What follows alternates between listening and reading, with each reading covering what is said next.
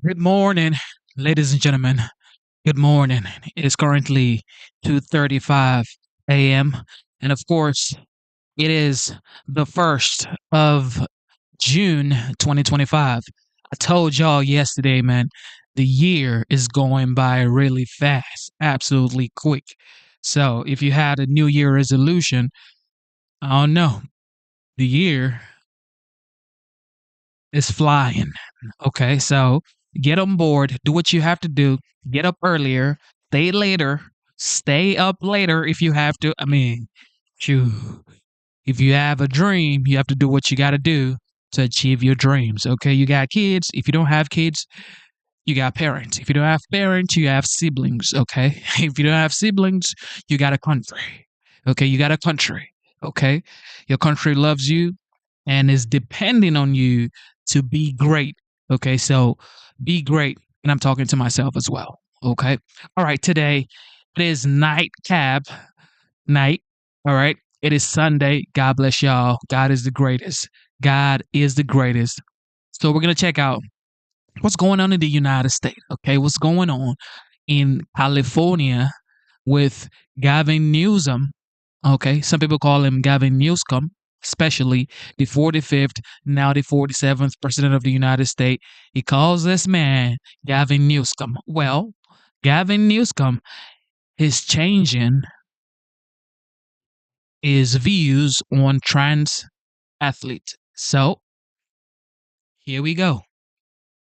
Gavin Newsom is searching for an identity that he thinks will be sellable to run for president of the United States. And you know what? That's disgusting. If you want to have a position that I disagree with, let's have a conversation. But to shop out your position, to put you in what you believe is a better position, no one is going to buy that. They're going to see it as raw politics, and I have no respect for that at all. It's like, it's Tuesday. What Gavin Newsom are we going to get? But Speaker Quinn, I don't disagree with what you just said, but isn't that kind of par for the course in the world of politics? I hope don't not. Don't their views evolve? I mean, I believe when President Obama ran for president of the United States, he was against gay marriage, and during his term of the presidency, it evolved and he was for it. Gavin Newsom has historically been one of the most significant allies of the LGBT community there had been.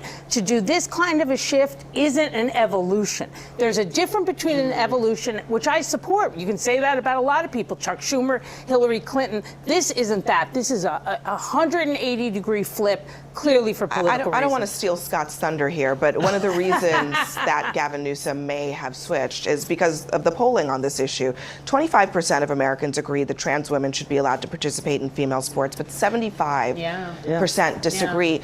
The politics, the public opinion on this is in a completely different place. And one more thing, and I'll let you get in, but the accommodation that they announced in California seems to acknowledge a sense of unfairness in the process. It's deeply unfair, and for all these parents that have little girls who work very hard in all these sports, whether it's track and field or the softball situation that's going on in Minnesota right now, where they've got a team that's dominating the rest of the teams because they have a trans pitcher on the team.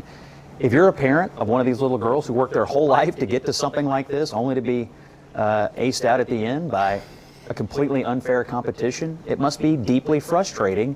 And politicians have a responsibility, A, to listen to their people, but B, to take real stands. And the true best real stand here, and it also happens to be very popular, is just to say it's fundamentally unfair, and it's deeply unfair to women. It's unfair to girls. It's unfair to women in these sporting events who are being knocked off of podiums. Have been happening for years. Trump took a strong stand on it, and a lot of people rallied around him, and it's because the American people agree. I just want to say this, and you know, my background is in sports. I'll start with that. I don't want to scare the people, as you said earlier. I don't want people to think that this is truly an epidemic, that young boys are competing in young women's sports and young girls' sports. These cases are few and far in between. They don't happen that often. I agree that we need to understand what is happening and we need to get ahead of it. And oddly enough, I agree with you. Scott, oddly enough, I agree with you, which is Why what is it odd? All right, get to the I point. don't It's normally But isn't agree this with a you. compromise? Get to the point. Get to the Hold on, point. let's let her finish. The science behind this hasn't been studied enough or talked about enough for us to make a real full opinion. I do agree girls' sports are for girls. Wait. I do. Hold on. She's Time listening. out. Okay, I thought I have a give her question. He time has to nothing finish. to say. friend. You got nothing to say, yo. What do you mean by the science hasn't been studied enough for us to know if a man can compete in women's sport? Get punched in the face by a man, and then you're gonna find out if you can box a man actually. No, it's unfair. It's not fair to these girls who are working hard in the gym. My daughter does gymnastics, okay? And she's gonna enroll in tennis for summer. So what? She's supposed to be playing against guys? Impossible. That's so unfair, ladies and gentlemen. So whatever she's talking about scientist hasn't done the research enough for us to know. That's total BS, ladies and gentlemen. Total B. Well, liberal. What was I? What was I thinking? Liberals. I agree with you. Scott, oddly enough, I agree with you, which is Why what is the it polling- odd? because I don't It's normally But isn't agree this with a you. compromise? Stop. Hold on. Isn't this a good I- compromise? Hold on, finish. let's let her finish. The science behind this hasn't been studied enough or talked about enough for us to make a real full opinion.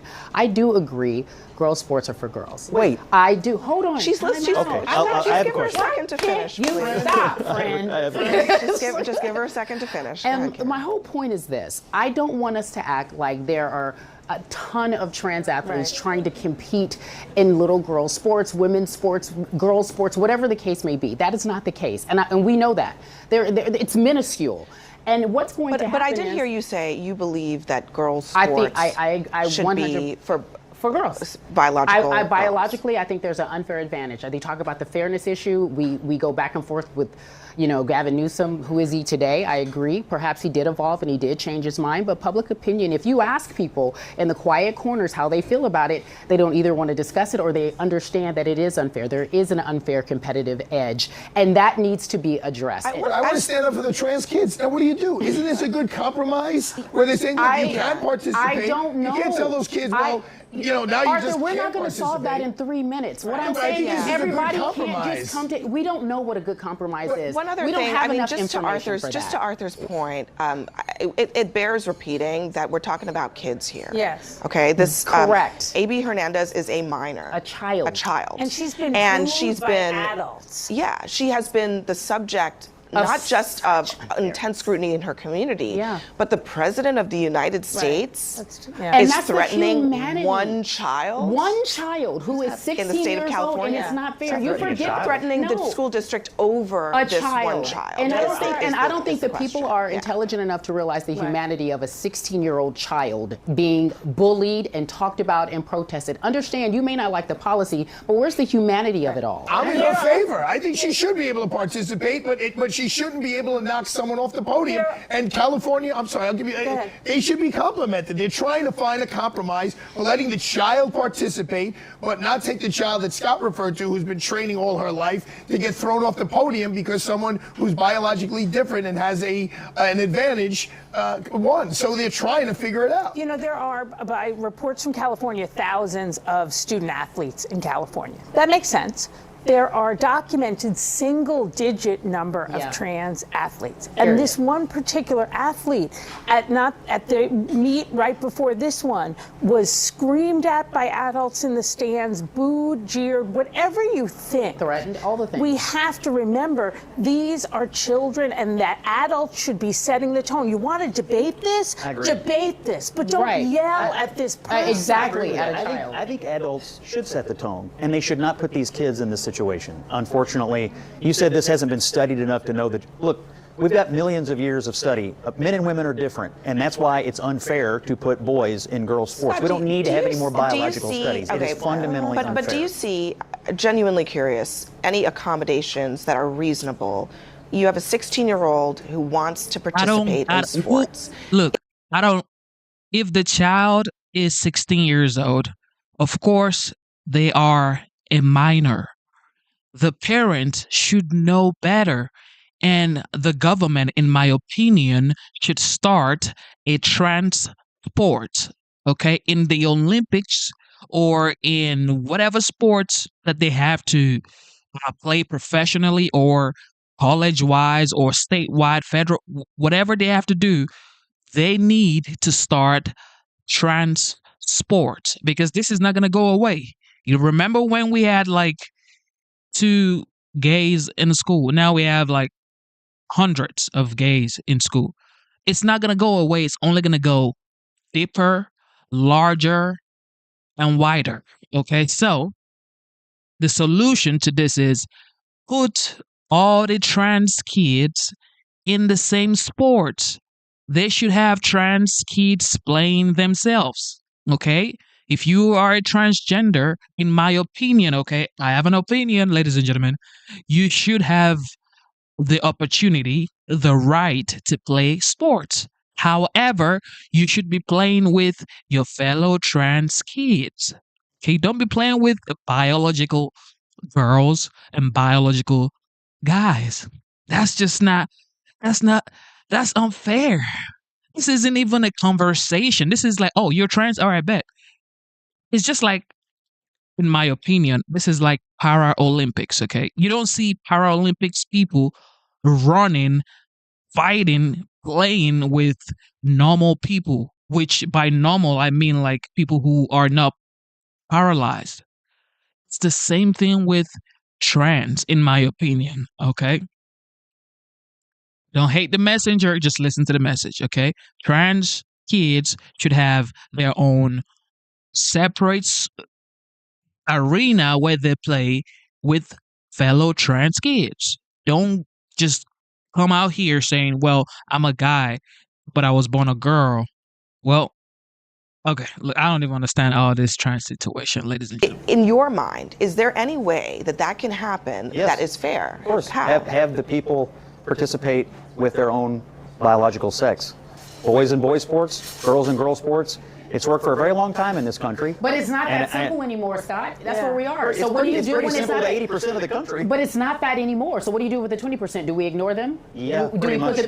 I mean, it's an 80-20 issue. Scott, and everybody's ignoring and you just said it was a minuscule number. It's if a it's minuscule, number. why do we have to upend? We don't have to. The reason why millions I said it of people was a for minuscule a number, handful. Scott, was because I don't think it's fair that you're scaring people at home thinking that boys are trying to compete in girl sport by the droves and that this is going to take over and you were scaring people at home. It's just not happening, Scott. But this It's not happening. This is like the most competitive track meet in Christine, the can I country. ask you one final question before we go?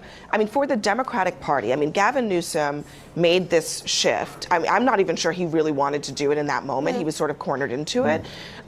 What should the Democratic Party's position be on this issue that played a fairly key role in the last election and where public opinion is pretty lopsided? Yeah. Look, on human and civil rights issues, you always have a period of time when people are not supporting wherever you're moving. Democrats, we shouldn't move away from positions we've long held, like support of my community, the LGBT community. We shouldn't run away from that. That's not why we lost. We lost because we weren't strong enough fighters, because we didn't have a message that was compelling to middle-class Americans who were feeling a squeeze every day. We need to stand up and articulate a message about how we're going to make people's lives better. And we're not going to do that in a way that's believable if we run away and abandon communities that we've stood with for decades. All right. Keep going, liberals. Keep going, supporting this total BS. President Trump says that he will double the current tariffs on foreign steel to 50%. The tariffs are set to take effect on Wednesday. The president made the surprise announcement in front of a crowd of steel workers at a facility in Pennsylvania. Now, he was there to celebrate Japanese steelmaker Nippon's plans to buy the iconic American steelmaker U.S. Steel. This was a deal that Trump once vowed to oppose, but then announced that he would approve last week. He described it as a partnership and not an outright purchase of U.S. Steel by Japan. Despite celebrating the deal with workers, Trump later told reporters it has not yet been finalized. I have to approve the final deal with Nippon. And we haven't seen that final deal yet. But they've made a very big commitment, and it's a very big investment. It's the largest investment in the history of the state of Pennsylvania in any deal, not just steel. CNN's Camila DeChalis joins us now from Washington. Camila, this tariffs announcement, as I said, it was a surprise. What can you tell us? That's right, Victor. Trump really went to outside of Pittsburgh to really tout this deal between Nippon and U.S. Steel, but it was overshadowed, as you mentioned, by this major announcement that he's going to raise tariffs on imported U.S. steel. Now, what's pretty significant about this is that you really had a glimpse into his mindset when it comes to how he's deciding whether to raise these tariffs or not. He told the crowd that he was debating raising it from 25% to 40%, but then initially decided on 50%. But really didn't give his rationale to why he landed on that number. Now, the main reason why he went there, as initially mentioned, is to really tout this major deal between Nippon and U.S. Steel. And as you remembered on the campaign trail, he really touted and really wanted to make these promises to the American people that if he was reelected into office, that he would create more U.S. jobs and that he would revitalize the U.S. manufacturing industry. And he feels that this deal is really making good on that promise. So tell us more about the deal. Again, it's not finalized. What gets from here to there? Well, at this point, all that we really know is that he has said that Japan, this Japanese company, wants to do a major investment into the U.S. company, into U.S. investments, and they're willing to invest, he said, around $14 billion. But as you mentioned, he hasn't really seen the final details of this deal, and lawmakers and other unions have expressed concern that they also want to see the details that are within this agreement. But take a listen to what he said. Investment, it's controlled by the United States, and more importantly, they're spending the money on brick and mortar. You can't take it. What are you going to do? Pick it up and move it to Japan? That's not going to happen. And, you know, I rejected this about 4 times now, and when they finally got it right, I liked it a lot. And you could see how happy the steelworkers were. More importantly, you could see from the union standpoint, the union loved it. Now, Victor, President Trump has really touted and really tried to cast his image of himself as a deal broker and really cast himself as making major investments into the U.S. and being the person that can get this done. But it will be very important to see that what actually happens and what are the final deals in this agreement. Camila DeChalis from Washington for us, thank you very much. Now, despite the latest surprise Trump tariff, the markets closed out Friday relative unchanged. Dow was up a bit. Both the S&P 500 and tech-heavy NASDAQ closed slightly lower. It followed a host of mixed economic news and spending and inflation. CNN business and politics correspondent Vanessa Yurkevich has more for us. Vanessa, good morning to you. Good morning, Victor. Americans reined in their spending in April. Consumer spending rose by 0.2% last month, weaker than expected, and a steep drop compared to the 0.7% in spending we saw in March, according to new data from the Commerce Department. But some context there. In March, consumers front-loaded on products to beat tariffs that were set to take effect in April, spending on things like clothing, footwear, cars, and recreational goods. Those buying trends actually reversed in April, with drops in spending in all of those categories. But Americans also saw their incomes grow by 0.8% in April, largely because of increased Social Security payments and a very resilient labor market.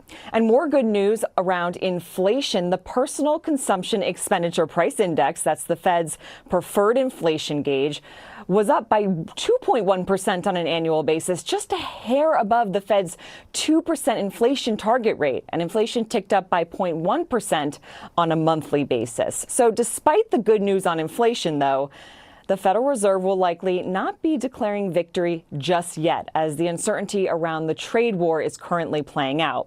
According to the CME FedWatch tool, which is a survey of investors, they believe the Fed will leave rates unchanged in their next meeting in June. Victor? All right, Vanessa, thank you very much. Here with me now, Professor of Finance at Emory University, Tom Smith. Welcome back. Hey, thank you very much for having me. So let's start here with the expectation. We saw in April the pullback of spending, March the surge in anticipation, so maybe more spending. Is that what you would have expected? Yeah, I think people are front loading some of their spending in anticipation that prices are going to go up. I think that was fairly anticipated. And the fact that people are now pulling back a little bit. And I think there's actually some news that some savings rate went up a little bit, and which would be consistent with that. People are trying to hoard some cash because they don't know what's coming. They don't know what's coming. I don't know what's coming. Nobody knows what's coming. Yeah, it's true, because things change pretty quickly here. As a surprise announcement of a 50% tariff on imported steel. When the White House, the president announced a 25% tariff on steel in March, that was pre-so-called Liberation Day. Canada retaliated, the EU retaliated, EU later pulled back. Does this appear to be a negotiating tool from the president, or is this one that's probably going to stick? Yeah, it's really hard to know. Like every time he announces a new tariff, something happens in the market, he responds to it pretty quickly, and then he backs off and says we'll have a 45-day waiting period or 90-day waiting period. It's hard to know if this is going to stick. I think it depends on how the market reacts to this new news. Yeah, and so I've been watching some of the Canadian union responses to this announcement, and they've said that this will essentially shut them out of the U.S. market. If that happens, since the 25% increase, steel prices went up. I mean, should people expect that there will be an increase in the price of U.S. steel even after this? No, absolutely. When you have a tariff on foreign companies coming in and dropping their steel in the United States, then there will be upward pressure in prices, even from U.S. domestic companies. And so the companies that need that steel, so like their Ford, Auto, and Coca-Cola, right, Gillette razors, what have you, they're going to have to pay more, even if it's coming from a domestic plant. Let's talk about the U.S. and China. There was this agreement about 3 weeks ago in Geneva, the pullback from the 125% tariffs. And the president posted on social media essentially that China is violating the terms of the agreement. He said, so much for Mr. Nice Guy. What do you make of the relatively muted response from the market? As I said, things were essentially flat. Yeah, I think a lot of people are in this wait and see environment. And so the president says, oh, China's not doing what they said they were going to do. Are we clear that they're not doing what they said they're going to do? What are they supposed to be doing? How are they violating the agreements that they made? It's so fuzzy to begin with that who knows what's going to happen next. And I think that that's why we're seeing such a holding pattern. We don't know what the so much for Mr. Nice Guy means, if there's going to be some fluctuation of the tariffs on Chinese imports. But the White House promised that they could do 90 deals in 90 days. Right. And we're now beyond day 50 of that. And the best they have so far, I mean, there's talk about what happens next with India, but so far it's the framework with the UK. What happened to that? Is there any urgency after the back and forth in the courts? I mean, other countries must be watching the legal situation. I think they are. I think the urgency has been sort of pushed back a little bit as these policies keep getting pushed back. And so if he said this policy is going to be put in place and we're going to implement it right away, then countries might be coming to the White House and saying, OK, let's do a deal. But as you see a pattern, oh, we're going to put it in place. No, we're going to pull it back. Oh, we're going to put something else in place. We're going to pull it back. Well, that doesn't spell urgency for any country that I can see. Yeah. The Commerce Department's estimate of the first quarter that it shrank by 0.2%. Now, again, that's pre-Liberation Day, so-called, and the reciprocal tariffs in April. But is that a surprise? 0.2%, that is better than the previous estimate, but still a contraction of a bit. Yeah, no, I think that what we're seeing a lot is even though we saw a surge in consumer spending, other kind of business investments were down and government expenditures were down. So it's not surprising to me that even though they revised it, the GDP still shrank. I think a lot of economists are anxious about potential additional shrink in the U.S. GDP coming in quarter two. I think if we're seeing an increase in savings, then we're going to see a decrease in consumer spending. And remember, consumer spending makes up 70% of GDP. So if consumer spending goes down, we're going to see GDP shrink again. All right, Tom Smith, good to have you as always. Thank you, sir. Appreciate it. What do you guys think about the China situation with the United States? I think for a fact that China has been doing what they've been doing to the United States, which is taking advantage of the United States. However, China needs the United States, and sorry to say, okay, the United States also needs China, at least for now.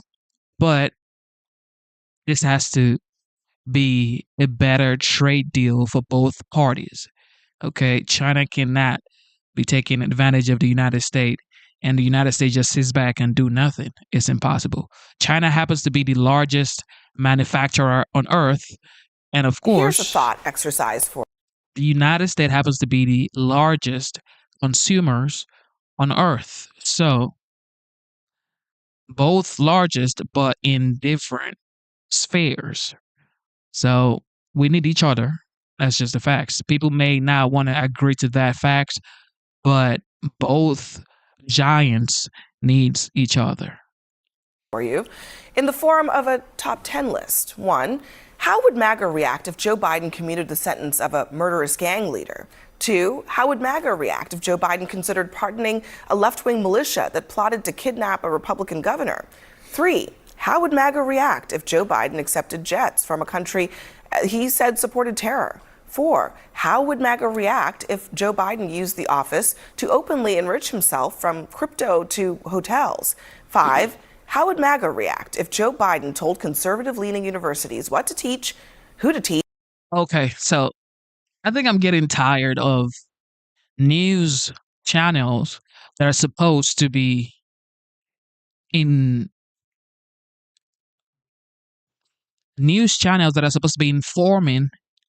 the American people being activists.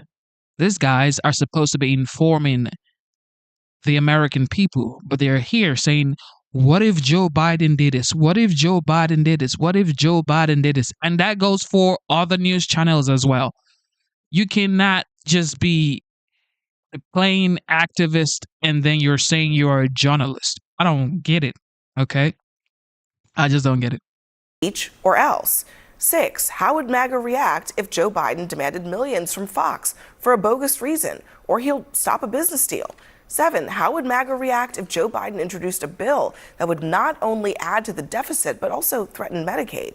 8, how would MAGA react if Joe Biden waffled on standing up to Vladimir Putin and kept kicking the can down the road every 2 weeks? 9, how would MAGA react if Joe Biden's White House said the courts have no role in how he governs? And 10, how would MAGA react if Joe Biden enlisted a billionaire who helped get him elected, let's call him George Soros, to then dismantle the government? Because Donald Trump did all of that. And just this week, we'll start with the pardoning spree. This is, Joanna, one of the more Trumpian things. I mean, he started his term by pardoning January 6th rioters, and now has gone on another pardoning spree. He looks angry. Some of whom were convicted of white-collar crimes. He seems to be trying to send a very strong signal there, but also a rapper, a gang banger and gang leader. What's the theme for you? Well, I think the theme is really, how does Donald Trump keep the attention on himself?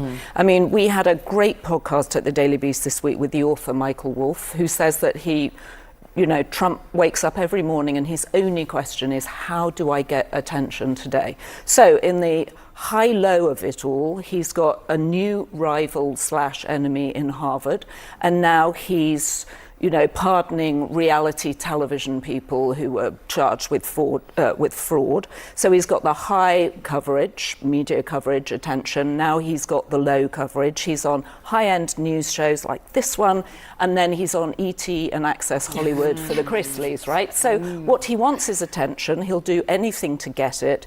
I actually don't think this will play very well with viewers. I think with with viewers slash voters. The viewers are also important. I actually don't think it plays well with voters because people like to know what's right and wrong, and people like to know that people get actually their comeuppance if they've done something wrong. But it's an attention get. Scott, a lot of this is mixed signals from Trump. I mean, on the one hand, he says put the drug dealers in.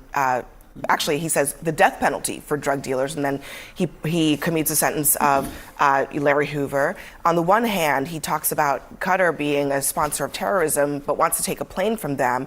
I guess maybe this is very Trumpian in the sense that it almost is like, are there principles at play here at all? Well, I think every situation has its own individual details, and you could probably quibble over on the pardon some of them. I think some of them are actually defensible, including Congressman Michael Grimm of New York, who suffered, paralysis after he had already served his time. So, some of these were not all that different than what you might see another president do. The only difference was he's doing it early in his term. I mean, most presidents do these things on the way out the door, or maybe while they're on their way up to the Capitol to see the next president being sworn in. And so I think with Trump, when things get brought to his attention, he just does them. He makes decisions. He's decisive. He puts it out there and then lets the chips fall where they may. Qatar, look, we're in bed with these guys whether we like it or not. They do things we don't like. They do things we wish they wouldn't do.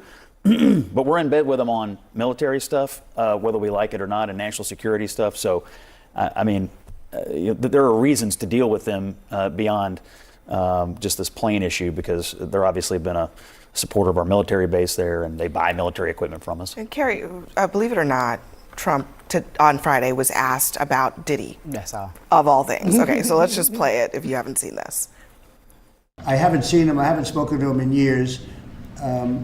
He used to really like me a lot, but I think when I ran for politics, that relationship busted up from what I read. So I don't know. I would certainly look at the facts. If I think somebody was mistreated, whether they like me or don't like me, it wouldn't have any impact. The thing ain't even over. The case is not over. We're on day, I think 12 of the case. I'm not quite for sure what the day is, but it's very interesting that you bring this up. And I think the original question was, how would MAGA react? I was a local reporter in West Palm Beach, and I would often go to Mar-a-Lago. I think I've shared this on the show before. And this was in a time when so many people I will mention are now canceled by society. Russell Simmons would have a charity event at Mar-a-Lago every year. And one of the biggest attendees that people would talk about on the island was one Diddy, or at the time Puffy. And I used to watch and think that they had a really good relationship, referencing what he just said. And obviously when you ran for politics, we saw that Diddy said there were many opportunities for Diddy to say he wasn't with him.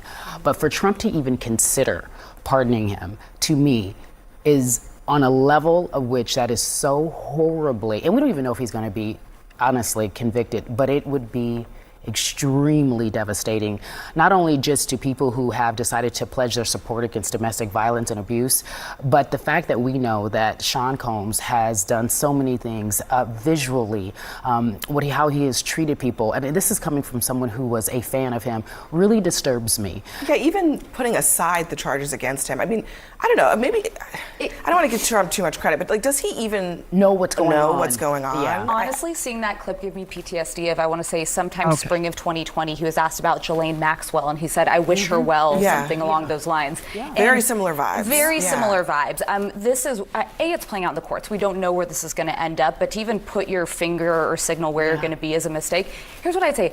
Trump did a good thing by pardoning Alice Johnson. He did a good thing by putting Alice Johnson as his pardon czar. This is somebody right, left, and center. A lot of people believe we have absolutely over-sentenced people for minor or even some significant drug offenses, but you shouldn't spend the rest of your life behind bars because you may have had some of these drug offenses.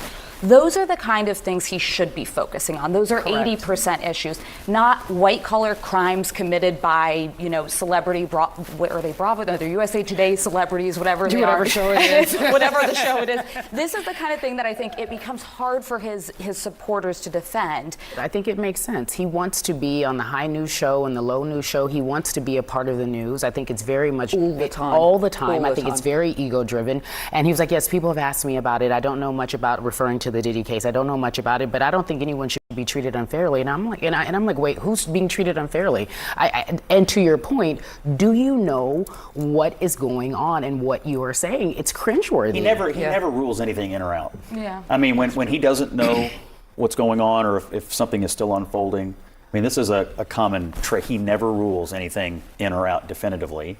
And I wouldn't expect him to, and I also wouldn't expect him to be sitting around watching this trial all day. I'm sorry, but I would expect him to know, A, Why? and to B, rule out getting involved in the Diddy case regardless of the outcome. To be honest, that is a rule. That is a thing that knowing can him, be ruled I'm not out. sure. I think he's briefed on it. Like, I think he knows Puff Daddy and knows that he was kind of an icon in like the 90s and early 2000s. Which is his I'm not, era. Yeah, Which I'm not he sure loves that he's era. actually up to date on the fact that he is like nobody wants to own him, and he is somebody that most people are hoping gets justice. And also, he's never going to have gone to one of those freak-offs because he's a germaphobe, right? So I don't think he would like all that lube and baby oil around. I do think It's that early on a Saturday with some of this stuff, I mean, Trump, it's the Fifth Avenue thing. I mean, he was basically like, I can do what I want. Whatever. On all of these topics. I'm the boss. And he is doing what he wants because essentially and no one is truthfully, saying it turns anything out about it. He's right? He's absolutely right. He can do People whatever are he letting him wants get away with it. so Yeah, many it's things. kind of interesting. And when he says these things, when he puts this in the atmosphere, in the zeitgeist, if you will, people are like, okay, Diddy's getting out. The rumor mill starts to churn, and people are thinking, okay, well, will that happen? Obviously, that's all talk, and we don't know if that will ever happen. But in a case like this, in more particular, I would say, I don't know. And he never says, I don't know. I have no idea what's going on. I can't talk about that right now. Yeah, that's unfortunate. That is another option too.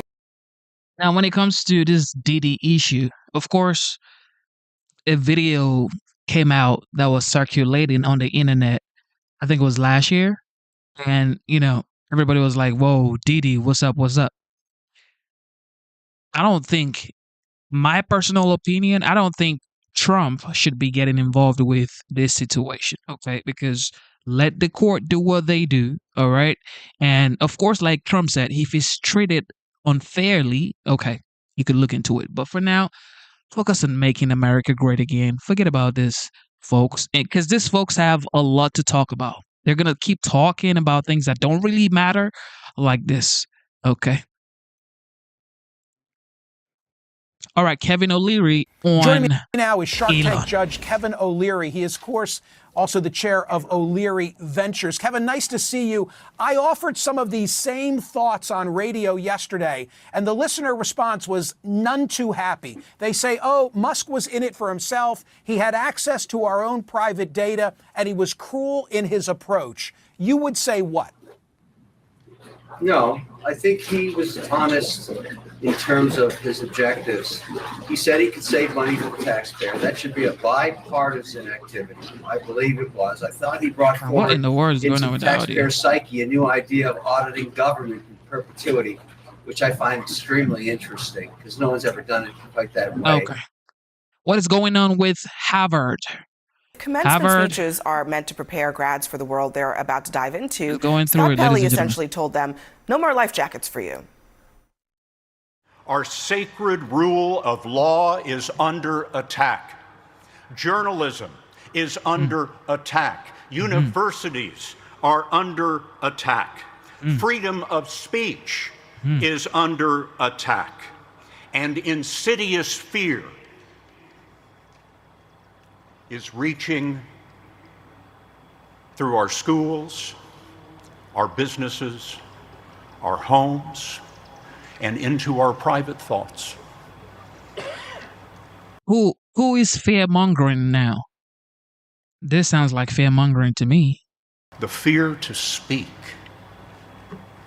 in America. Okay. There we go. The 60 Minutes host was brutally real about the state of America, one that there is some evidence to back up. But despite their affinity for free speech, MAGA didn't want to hear it. Scott's still a whiny, liberal, and still bitter, oblivious to the fact that it was the legacy media's lazy, agenda-driven coverage that helped create the very conditions that he now blames Trump for, like censorship and racial hatred.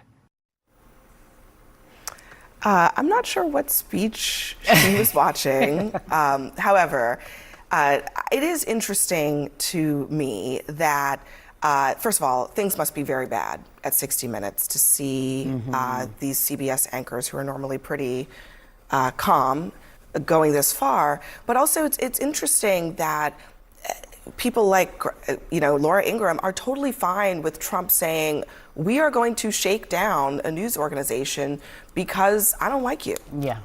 Which is what's happening here. And because I want you to say certain things. I want you to report a certain way. Well, embarrassingly, I missed this speech because I was hooked watching Donald Trump's commencement address to West Point, where he talked about trophy wives.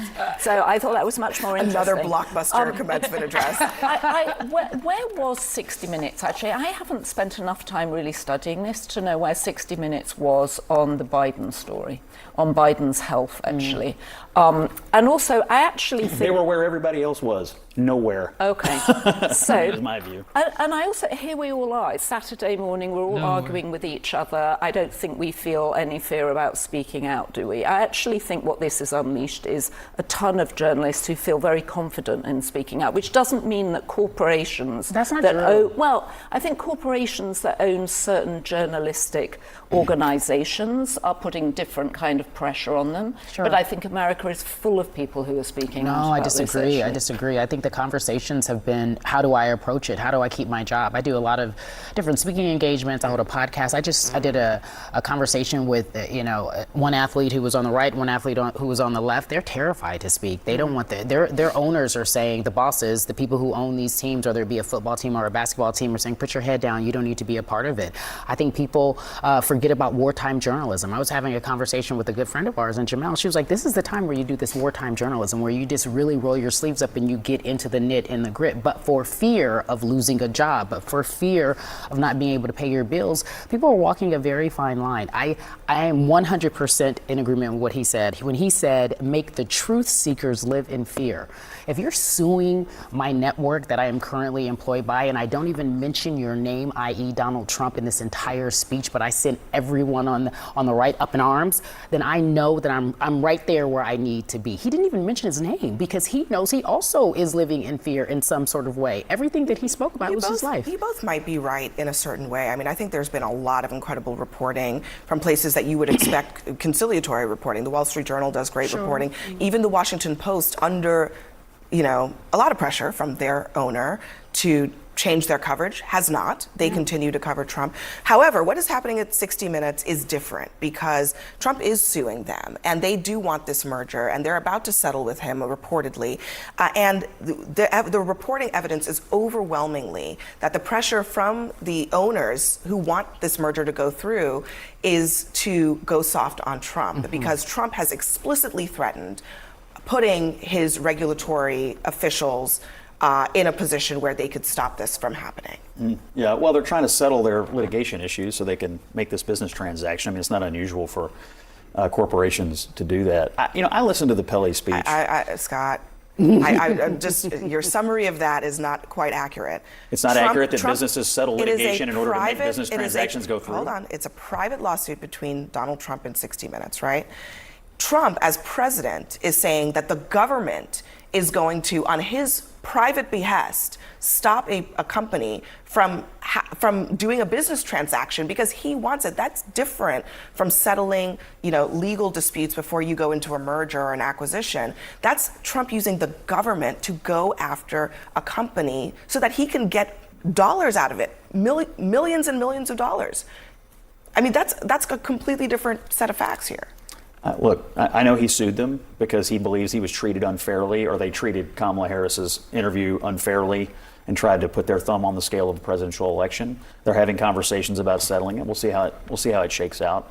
I actually think he has a point about it. And if you've watched 60 Minutes for 5 minutes over the last several years, you would know it's not fair. I mean, this is one of the shows. This is one of the outlets that conservatives would point to most often to say, this is the state of American journalism. It's only here to try to hurt Republicans, hurt conservatives, hurt Donald Trump. I mean, Alyssa, you worked in this field for many years. That is the prevailing attitude among conservatives. But on the free speech issue, I don't know what America Scott Pelley is living in. We have more speech now than ever. I mean, you just said you're doing all kinds of speaking engagements and podcasts, and I salute you.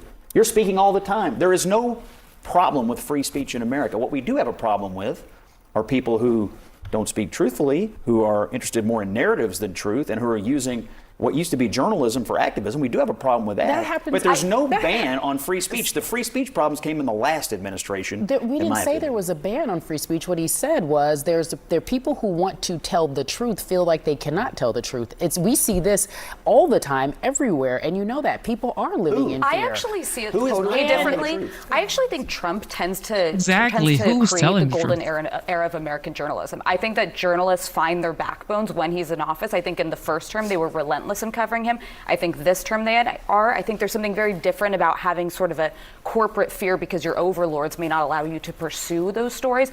But I do think we can't ignore the Biden of it. There is a real feeling that a major U.S. news story that had impacts on the entire country was just not covered with the same scrutiny that if it was happening in a Trump administration would have. That's the reality. But And why didn't they cover it? What's the answer?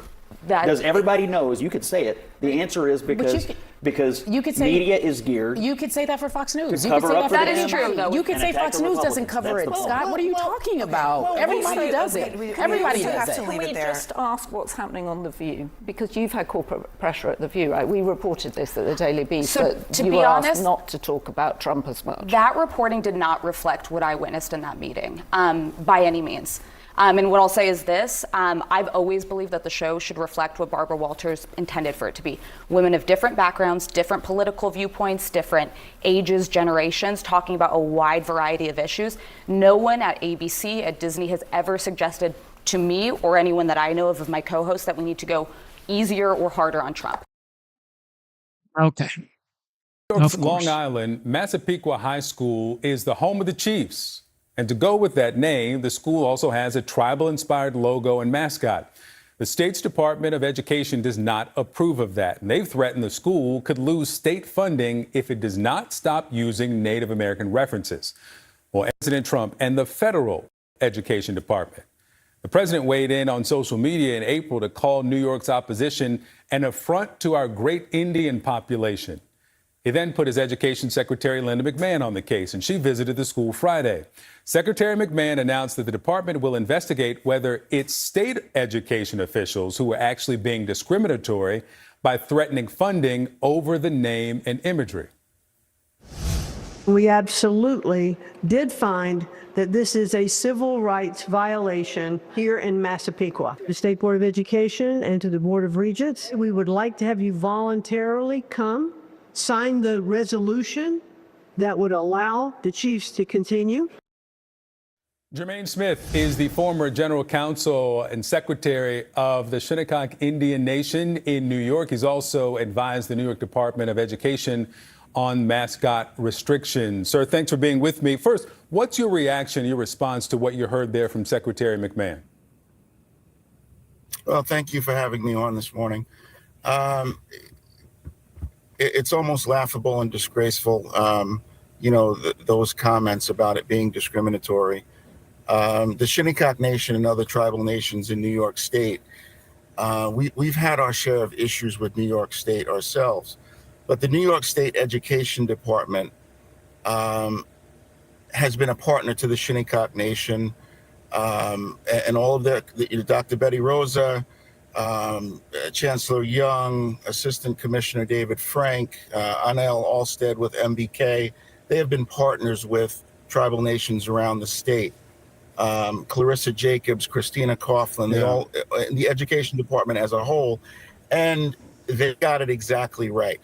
And the United States Education Department has it exactly wrong in this case. Okay, so when she says that it is the state that's being discriminatory, help me see the other side of this. What is the impact of the imagery of the mascots on Indigenous people and children specifically?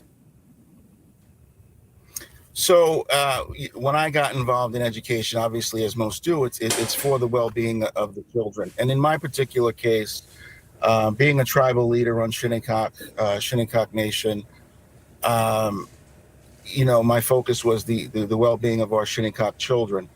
And we performed poorly in our local school district for many years.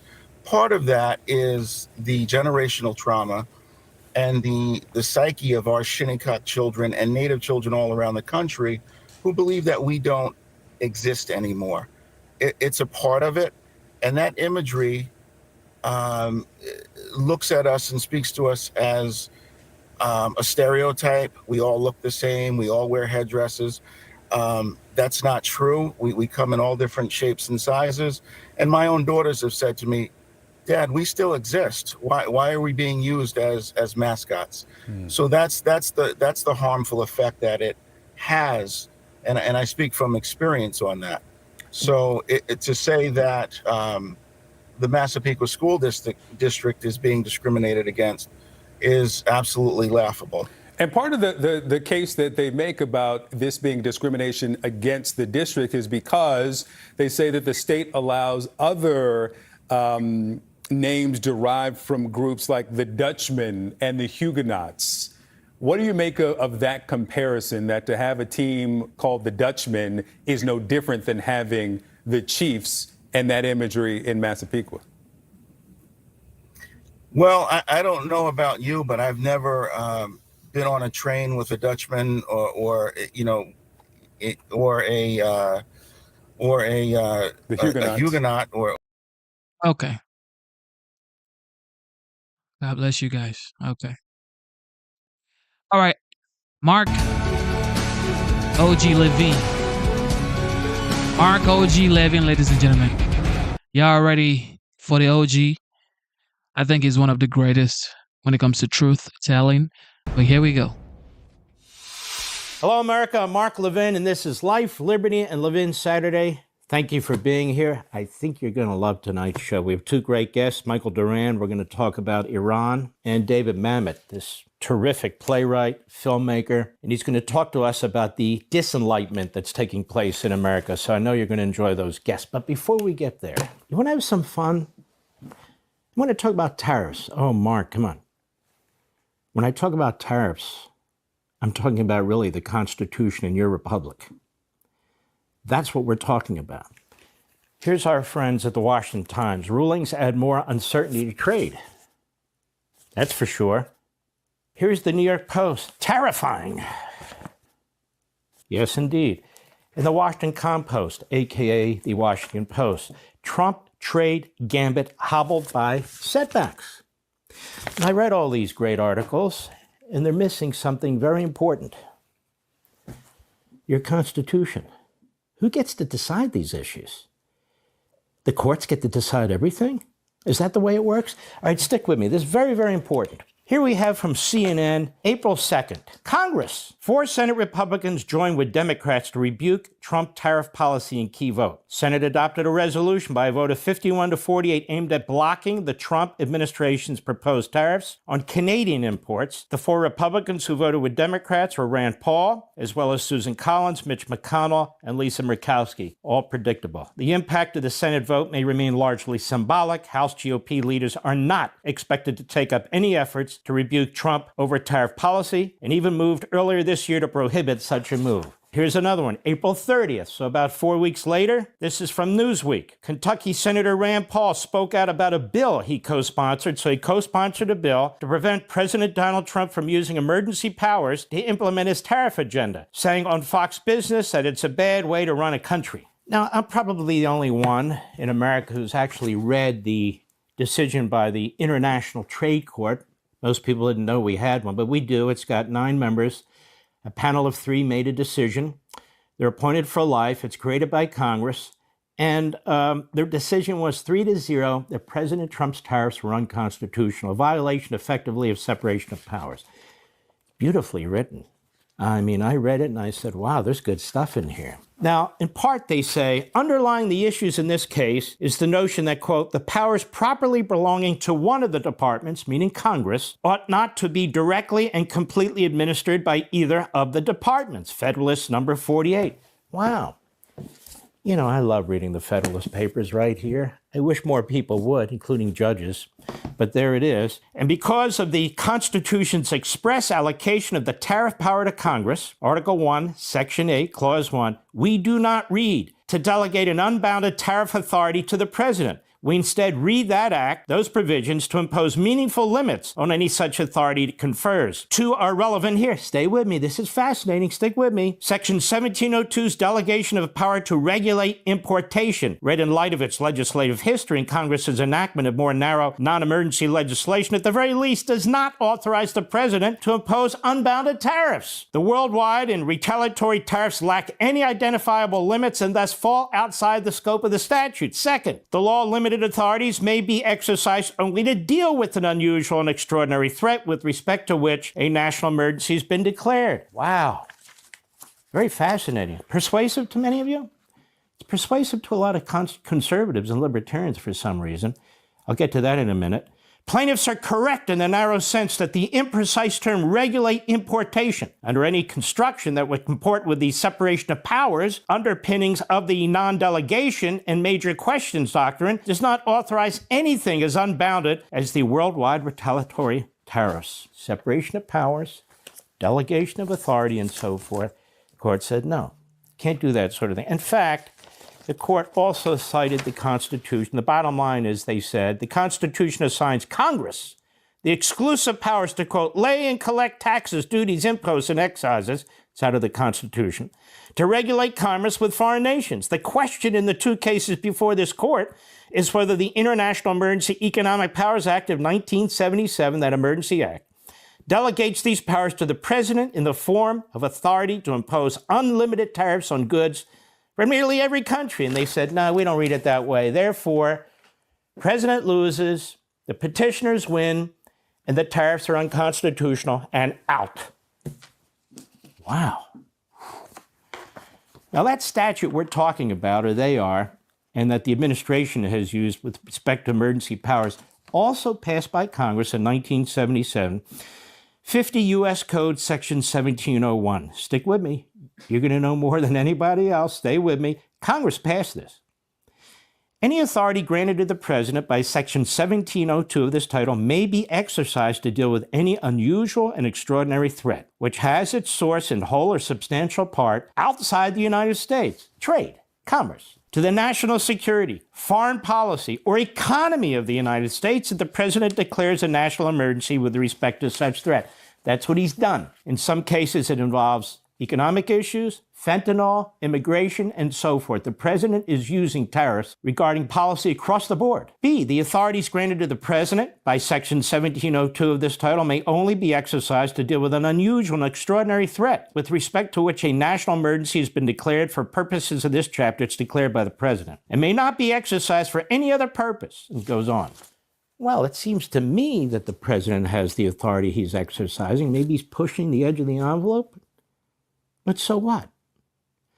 So in steps an appellate court almost immediately after it. And they issue an order that says the motions to consolidate are granted, that is, the request by the administration, all these petitioners consolidate their case. The appeals are consolidated such that only one set of briefs shall be filed. Number two, the request for an immediate administrative stay by the government, by the president, is granted to the extent that the judgments and the permanent injunctions entered by the Court of International Trade, that lower court, in these cases are temporarily stayed until further notice while this court considers the motions, papers, and so forth. So that's where we are as of today. You're saying, Mark, please get on to Joe Biden. We want to know more about Joe Biden and Jill. I'll leave that to somebody else. Now let's get down to brass tacks here, because this affects your lives. And I'm tired of media reports like this. I'm tired of analysts. I'm tired of all these people talking about things on a surface level. Let's get to the nub of this matter. What is this case about? At its core, it's about separation of powers. The judiciary, the Congress, the executive branch, that is the president. That is, which branch of government makes decisions about tariffs, or at least tariffs of the kind that President Trump has instituted? Who makes that decision? Even this trade court says, essentially, this is a separation of powers case. So we all acknowledge that. But there's a couple of very serious flaws here from the get-go. Have you caught them? Have you noticed something missing in this case? Congress is not one of the parties suing the executive branch. Did you notice that, Mr. Producer? These are private parties. Wait a minute, it's separation of powers. The allegation is that the president is stealing authority from Congress, or that Congress has delegated the president too much authority. But Congress hasn't done anything. Rand Paul's arguments, they may be interesting, may be persuasive to people, they're dead. He can't get enough senators in a public telephone booth, those of us who remember public telephone booths, to support his position. You know how many House members want to take action against the president? 0. We're talking about the powers of Congress, the trade powers of Congress. This court said they're plenary. They got all this power. It comes from Congress. The petitioners, the litigants have said, this is Congress's power. The commentators, the legal analysts, the law professors, the former federal prosecutors, this is Congress's power, and the president is stepping all over it. But Congress hasn't said that. Congress has not said that. Congress hasn't lifted a finger to do anything about this.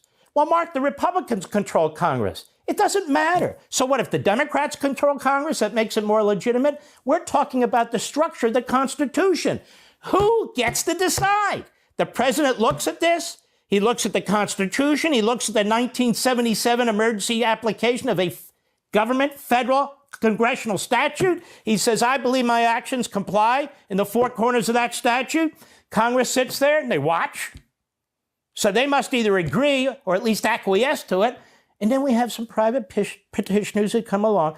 Oh, let's go to the International Court of Trade. And they say, excuse me, you're violating Congress's power.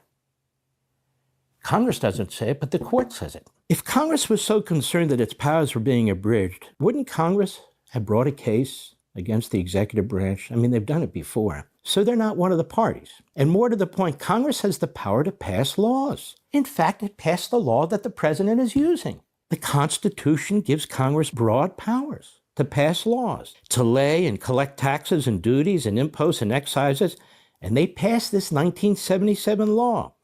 Now, if this is a separation of powers dispute, or a delegation of powers dispute, why hasn't Congress passed legislation to claw back its powers? In fact, why hasn't it even voted on legislation to claw back these powers? Maybe Congress agrees with the president's exercise of power under the 1977 Act. Whether the court agrees or not, or whether the private litigants agree with not, obviously Congress has no beef. It doesn't say only Democrat-controlled Congresses get to speak or not. So where does this leave us? Under our Constitution, as originally adopted and ratified, this is important, as originally adopted and ratified, the judiciary, which was the U.S. Supreme Court, and that was it, giving power to Congress to create these courts, including this trade court, has absolutely no authority to involve itself in this decision. The trade court says this is a dispute involving congressional versus presidential powers, but there literally is no dispute. The president has interpreted the 1977 congressional statute as authorizing the executive branch to issue the kinds of tariffs he has issued. Congress has not in any way challenged this interpretation. Does Congress have the power to delegate that kind of authority? What kind of authority? Congress doesn't think it's violated separation of powers by conferring its own authority to the president. It hasn't even said so. But the 3-judge panel has said so. You have certain private litigants who sued in the trade court, claim the president is acting without authority, that he has seized the power that belongs to Congress, or Congress has conferred power it can't confer on the president. And so the trade court decides, we're going to step in. We're going to step in. We're going to rule the president's tariffs unconstitutional. His interpretation of the 1977 Act is unconstitutional. We're going to kill all the tariffs. So that's what they did. 3 judges. The real question then is, where did the trade court get the power to do this? Now, the court has to get a power from somewhere, doesn't it? The court's always looking for power. Who got this power? Who got that power? Where do you get the authority to do this? They write very impressive opinions like this one. This one I just threw on the ground. Very, very impressive opinion about who gets power and where they get power from. Well, it's very impressive. So where did they get their power from? The trade court was created by Congress, the same Congress that has chosen not to act in this case. So where does this judicial review come from? Didn't come from the Constitution. It's not in the Constitution. Look all you want. There's no judicial review language, no such clause in the Constitution. We've touched on this before. We have Marbury versus Madison, in which Chief Justice Marshall, who was a partisan Federalist, he and Jefferson hated each other. He seized the power to have a final decision on constitutional issues to the courts. Jefferson was furious.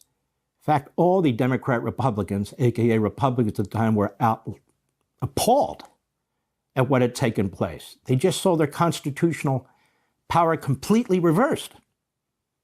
So here the trade court should have said to the petitioners, you're in the wrong place.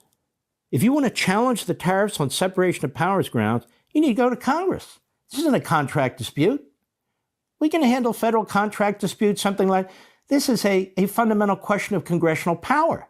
You're in the wrong place. You can try and persuade a majority of the members of Congress to pass a law, but you can't stand in the shoes of Congress. You private litigants, you can't stand in the shoes of Congress to defend Congress if Congress doesn't want to defend Congress, or if Congress doesn't think it needs to defend Congress, or if Congress doesn't think that there's a separation of powers violation. We, the trade court, we decide issues related to trade, not separation of powers issues that Congress is more than capable of addressing if it so chooses. Neither you, private litigants, nor we, the trade court, should second-guess Congress and step in and say, we have the final say. Why? Because we say we do. Because Justice Marshall did. Because Chief Justice Roberts said. Because Justice Barrett said.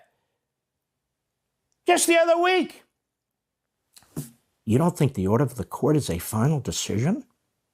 Neither did the framers. This is how your Constitution's authors believed the government they established should function. It is beyond debate. Chief Justice Roberts said the Supreme Court has the final say. Barrett says the Supreme Court has the final say. Isn't that precious? The court's saying they have all the power they want. But the Constitution is much more complicated than that. The problem is, as I discussed on radio last week, our law schools, law firms, prosecutors, judges, of course, they all teach the same thing. They all learn the same thing. For them, the Constitution didn't start with the adoption and ratification of the Constitution. The Constitution started when the courts started to seize power, and therefore the courts have the final say. But that's not what the Constitution says. This has become the common thinking, acceptable to believe that judicial supremacy is not only compelled by the Constitution, but it's righteous. It saves the republic. Now, how does it save the republic? You can have tyranny in any branch of government. Judicial tyranny is not of what a republic is made. And that's what we have right now. The president's tariffs can be reversed by Congress. The president's tariffs can be ended by we, the people, in the next election if we elect somebody who runs against tariffs. There's checks on the president by our representatives and by the people. There are no checks on the federal courts, none whatsoever, zero. There used to be, but they've seized all this power. The fact that the people voted for this president and his policies and the Congress that's in place now, the Congress that's chosen not to challenge the tariffs and the president who's chosen to put the tariffs in place, how is it that what we've done and what he's done is unconstitutional, but what this court has done is not unconstitutional? There's no effective checks by we the people on a rogue judiciary that substitutes its political, personal policy preferences for the public. And that's the problem. These judges serve for life. They are not subject to the consent of the governed, and their powers are important, but focused and limited. They are supposed to stay in their lane, but they refuse.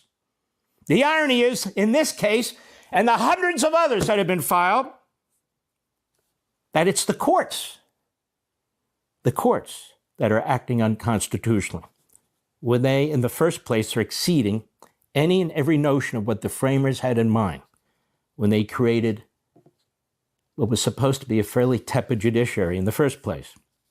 Too bad this isn't taught in law schools or practiced by lawyers and judges, because this is clearly a dangerous time.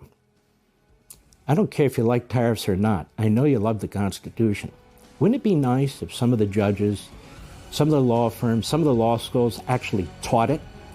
I'll be right. Shout out to Mark, man. I told y'all this man was the OG. He breaks it down really smoothly. And I learn a lot from Mark. And of course, do your own research, okay? Always do your own research. Read. Always do your own readings. People don't read. Defense Secretary Pete Hegseth meeting with Vietnam's defense minister along with other Southeast Asian counterparts early this morning while overseas in Singapore. Hegseth working with leaders at Asia's premier security conference to strengthen ties in the face of Chinese aggression. We do not seek conflict with Communist China. We will not instigate nor seek to subjugate or humiliate. China's behavior toward its neighbors and the world is a wake-up call. Director of National Intelligence Tulsi Gabbard is with Pete Hegseth at that critical summit, and she joins us now. Good morning, Tulsi. It's so great to have you on today. Let's talk about this, because what I loved about what I'm hearing out of this conference from you and from Pete is, hey, we're ready. We want peace, but we're going to do it through strength and sort of standing up to China, but also calling on the Asian communities and the Asian leaders who are also going up against China to do their part. Give us more information of what you see going on there. Yeah, thanks, Rachel. It's great to join you here. Really, the overarching message is very consistent with what President Trump has been speaking about throughout his administration and his term in office, which is that he wants to be the president of peace. And we see this evident on many different fronts as he is leading negotiations towards peace agreements. And that's no different here in the Indo-Pacific. As you know, I grew up in the Pacific. I've been born and raised out here. Hawaii is my home. And so I have a very unique and personal understanding of this region and how unique each of these countries are, the nuances that exist, the complexities of these relationships today, specifically because of history and those relationships. And so being here at conferences like this, at the Shangri-La Dialogue, are absolutely critical as we look towards that objective of peace and stability, because it opens the door for these one-on-one conversations with leaders from each of these different Indo-Pacific countries. There are over 40 countries who are present here, over 500 people. And that dialogue, that diplomacy, that increasing of understanding between us as countries is what is essential towards making progress towards that peace and stability, reducing the likelihood of misunderstanding, miscalculation, and decisions being made based on either bad information or really just not understanding, hey, what is the nuance that we need to see here that we may not be catching through the headlines? And that's really where, again, you go back to President John F. Kennedy's focus on diplomacy. You look at leaders, Ronald Reagan, those who have chosen diplomacy, chosen to have these direct discussions, again, as President Trump is leading in many different regions of the world. This is an opportunity for us to do that, and what we are doing here in the Indo-Pacific region now. Director Gabbard's Lucas Tomlinson here in New York. I have a question. You said the U.S. wants peace. Do you think China wants peace? China's made it very clear that they don't want war. We have made it very clear that we don't want war. And again, this is why times like this are so critical, to be able to have direct engagement, not only between the United States and China, but between the United States and Singapore, Thailand, Vietnam, India, Cambodia, Malaysia, Brunei, all of these different countries who are the Indo-Pacific, and many of whom have good relationships with China, good relationships with the United States, economic relationships with China, economic relationships with the United States. And this is why this dialogue specifically, I have found to be very beneficial and very productive, because it allows us to have this direct conversation, talk through these areas of shared interest, talk through areas where we may have some differences, and better understand where we're coming from in the landscape that we are operating in. The thing that I have found here over these last couple of days is we have far more in common interests, more than we do differences. We are talking about things like counter narcotics. We're talking about the continued threat of Islamist terrorism in many of our countries. These are areas where we've had longstanding concerns that continue today, and areas where we have the opportunity to be able to work together, ultimately, again, towards that mutual shared interest, which is for our respective peoples, the ability to live in a peaceful, prosperous, and free society. I want to change topics real quickly and get your response to this. You're in the process of declassifying Biden administration documents that labeled COVID centers in the United States as possible domestic violent extremists. Tell us why that's so important. You know, when we look back over these last 4 years, and many of us have had direct experience with this, we look at the censorship of Americans, the undermining of our First Amendment rights, social media companies being used by the Biden administration to silence voices that were dissenting to or disagreeing or criticizing some of the Biden administration's policies. The documents that we are declassifying, that we've just done 3 over these last couple of weeks, really get to how they did what they did, the groundwork they laid out in ultimately labeling those who criticize the Biden administration's policies on everything from COVID vaccine mandates to those criticizing the Biden administration's open borders as those who are likely to become domestic violent extremists, and how they weaponize the national security state, the intelligence community, federal law enforcement against everyday Americans, simply exercising our fundamental First Amendment rights guaranteed by the Constitution. And so these documents really get towards what President Trump promised the American people in maximum transparency, and help us move towards that objective of accountability and bringing about an end to this, better understanding how they use the levers of government to weaponize against those who disagreed with the government's policies under the Biden administration. Really brings clarity to us being able to hold leaders accountable and not allow them to do this in the future again. Well, thank you to President Trump's Director of National Intelligence, Tulsi Gabbard. Aloha. Aloha. So somebody said Tulsi Gabbard and J.D. Vance, both incredible candidates for 2028. However, my first pick would be Marco Rubio. He is incredibly smart and skillful with his communication. So that's what you need. You need someone who is very skillful. JD is skillful, don't get me wrong, but he may be a little hot-tempered, my opinion. Okay, he's great. He's absolutely great. But I think Marco Rubio, he's more diplomatic, more experienced, just the right guy for the job, man. That's my opinion. JD could be vice. Meantime, Harvard's on the hot seat, and President Trump is not backing down. The president going head-to-head with the Ivy League powerhouse, accusing Harvard of stonewalling federal investigators and shielding foreign students tied to anti-American protests. State Department spokesperson Tammy Bruce says it's an issue bigger than Harvard. Harvard's in the news. It's a big story. It's perhaps an easy story to cover, but it's not just Harvard. It is the nature of our ability to, again, know who's coming in. And perhaps, when it comes to vetting, there are many tools in our tool chest. We do know that it's worth checking visas as visas expire. We've seen historically people don't necessarily leave when their visas expire. Let's bring in attorney Seth Berenzweig. Seth, you are a constitutional lawyer. Harvard says the president is exceeding his authority in what he is demanding of that institution. What do you say? Well, I think Harvard ultimately is going to lose this case. Harvard University is at the center of the Trump administration's attempt to refine and protect American values, and also slots for young American students to actually attend these supposedly elite universities. Keep in mind that a lot of these foreign students that come in a program administered by DHS, led by Kristi Noem, have had these kinds of anti-West, anti-American, anti-Israel protests.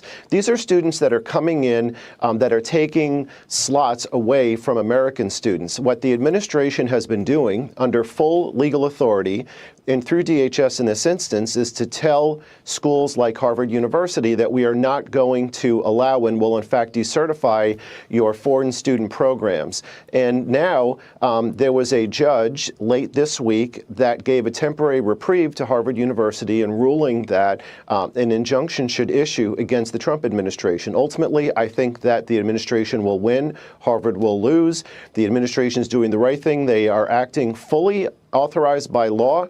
DHS administers this program. The State Department also is in charge of visas. And when an Obama-appointed judge, such as this one this week in Massachusetts, tries to overturn the apple cart, ultimately, it's going to fail. Doug Schoen is well known to viewers on Fox, also a well-known Democratic operative. He says it never should have reached this point.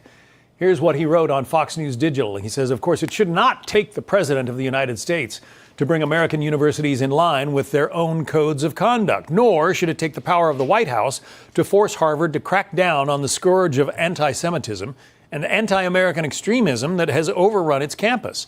And yet, this is where we now find ourselves. It is my hope as an alum and as an American that the Trump administration and Harvard come to a solution whereby the university realizes it cannot continue to permit or reward students who so blatantly violate the code of conduct, either of the university or of the United States. So that is Doug's wish. He wants, the two sides to come together and reach an agreement. Right. But what do you think? It doesn't seem like Harvard really is inclined to budge here. Well, quite the opposite. And by the way, I agree with that statement completely. Harvard has been absolutely opposing this. They've made that clear in their speeches. And think about this. The administration is trying to revoke the tax-exempt status of Harvard University. They have $53 billion in their endowment fund. They're acting like a VC firm. They would ordinarily have to pay those tax dollars, but the only reason they're getting a free ride is because they supposedly support American values. We know that's not the case. If these institutions want to live in a clueless ivory tower and they want to live there tax-free, America should not have to pay that rent. So I agree with that sentiment, and I think that the administration ultimately, either in the district court or in the appellate court, is definitely going to win this case. There's really no role for federal judges to even come in and overturn this. And while there are short-term setbacks that the administration has faced lately, as we've seen in other litigation instances, ultimately they come out on top. So the administration is right on this. They're right on the policy. They're right on the law. And when you look at these disgusting commencement speeches, you can see that President Trump is doing the right thing. Okay, but again, you're a constitutional attorney, and people can get up at a microphone at commencement and say whatever they want, can't they? Well, there are reasonable time, place, and manner regulations and restrictions on freedom of speech. And even MIT, which can be, with all due respect, a pretty woke institution, even recognize that as a result of this disgraceful commencement speech. So there are time, place, and manner regulations that can apply to freedom of speech. Also, as we've seen in other Ivy League campuses, such as in New York with Columbia University, Mahmoud Khalil supposedly had freedom of speech, but he went in and engaged in violent activity. And after some initial setbacks, once again, the Trump administration won. And ultimately, now it looks like he's going to be deported as well. So he came in trying to fly a First Amendment banner. It didn't work for him. It's not going to work for the schools. Look for these litigation trends to continue in the administration's favor over the next couple of months. How much of this anti-Israel and maybe anti-American sentiment is being fueled or maybe funded by, enemy nation states? Oh, there's no question about that. I mean, take a look, for example, at Qatar. Qatar has been sending billions of dollars to universities in the United States for over 10 years. And in fact, it's recently been uncovered that Qatar even sends money to K through 12 programs. You look at a lot of these universities that have these educational programs that have been instituted. There's a lot of foreign money that's going into these institutions. That's something that needs to be reviewed as well. Some of these student organizations have been exposed as fronts, and students like this MIT student and more centrally Mahmoud Khalil have actually been actively supporting foreign terrorist organizations, which is one of the reasons why the Trump administration has been winning in the courts. So you've identified a very important factor that goes into the whole flow of events and again supports the reason why the administration needs to continue to fight to protect American values, taxpayer funds, and to allow young American students to be able to get these slots in these competitive universities.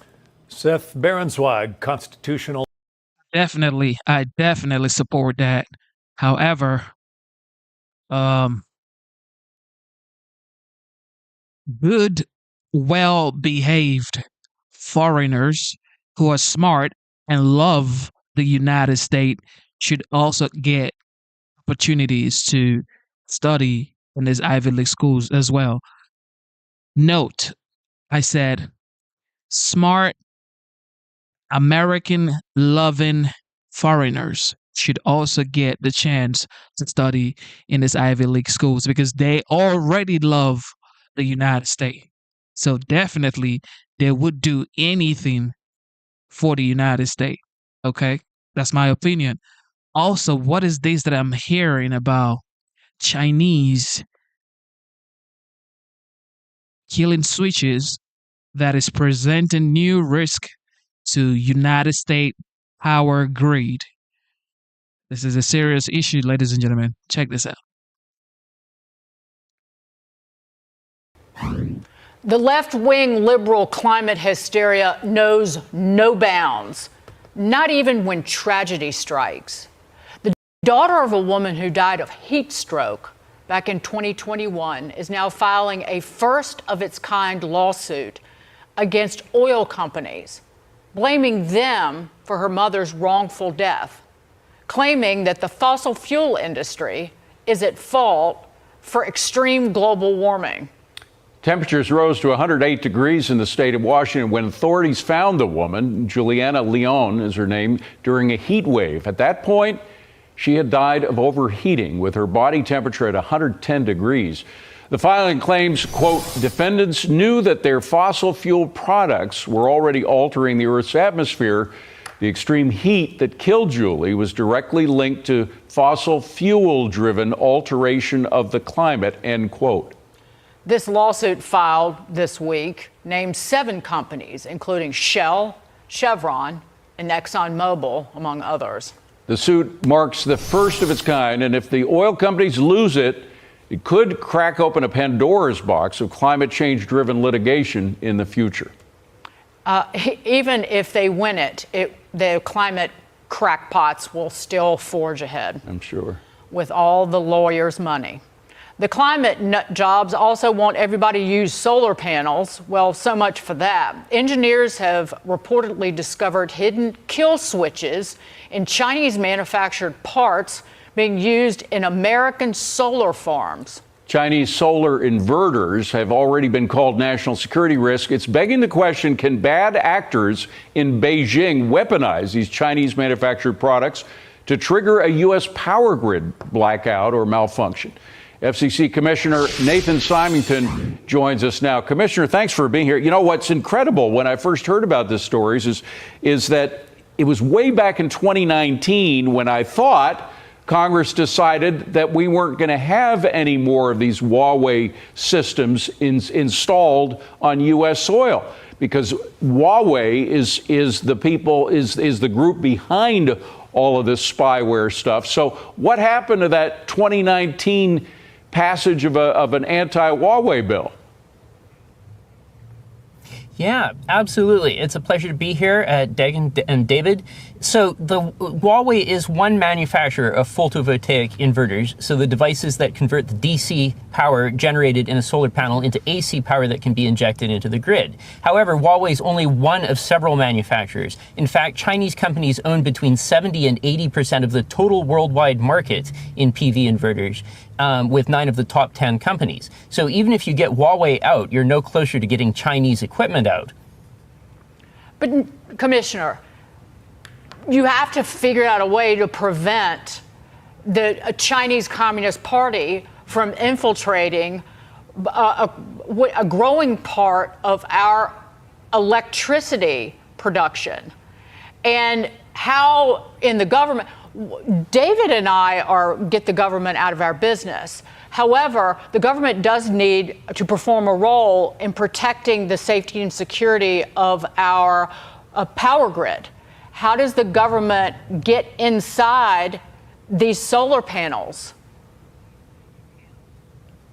Great question. So the kill switch that they're talking about is an undocumented cellular module. So even if the power company that's operating that solar farm is trying to prevent that solar panel from getting out through its network, the solar panel essentially has a cell phone of its own through which it can send and receive instructions, including kill switch instructions. And of course, by altering the mix of power going into the grid or sending too much, sending too little, you can cause a blackout. So it's a very serious problem. You're right to be worried about it.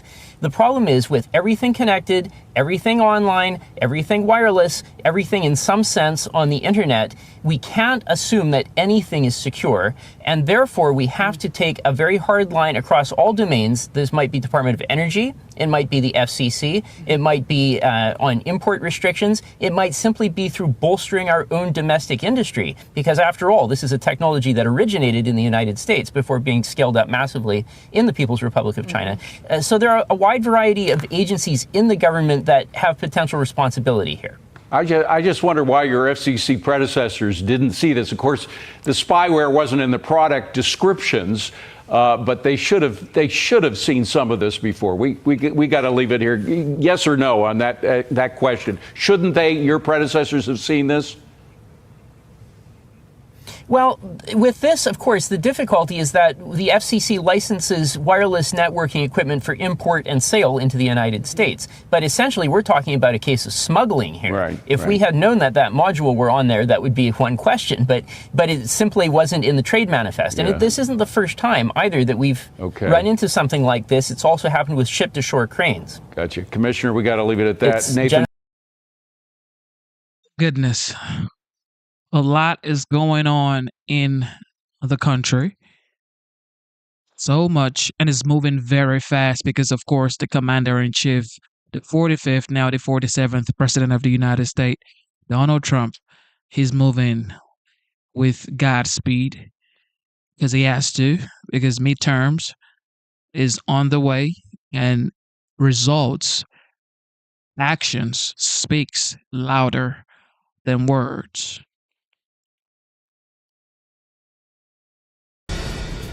Welcome back to the second hour of the Big Money Show. I'm Jackie DeAngelis, and I am here with my co-host. Joining us for the hour, Fox News contributor Liz Peek is also here. Welcome. All right, the U.S. and China are at a standstill. Talks stalled and tensions rising. I would say that they are a bit stalled. I believe that we will be having more talks with them in the next few weeks, and I believe we may at some point have a call between the president and party chair Xi. And now President Trump is turning up the heat. He took to Truth Social this morning saying after he made a fast deal with China, China has, quote, totally violated its agreement with the United States. We're going to be hearing from the president later this hour at a press conference with Elon Musk. We will bring you that as soon as it all begins. So, Liz Peek, you're the new voice at the table, and I want to get your take on China. I've heard that line before, that China's violated its part of the agreement. They never stand up and do what they say they're going to do. It's kind of part of their playbook.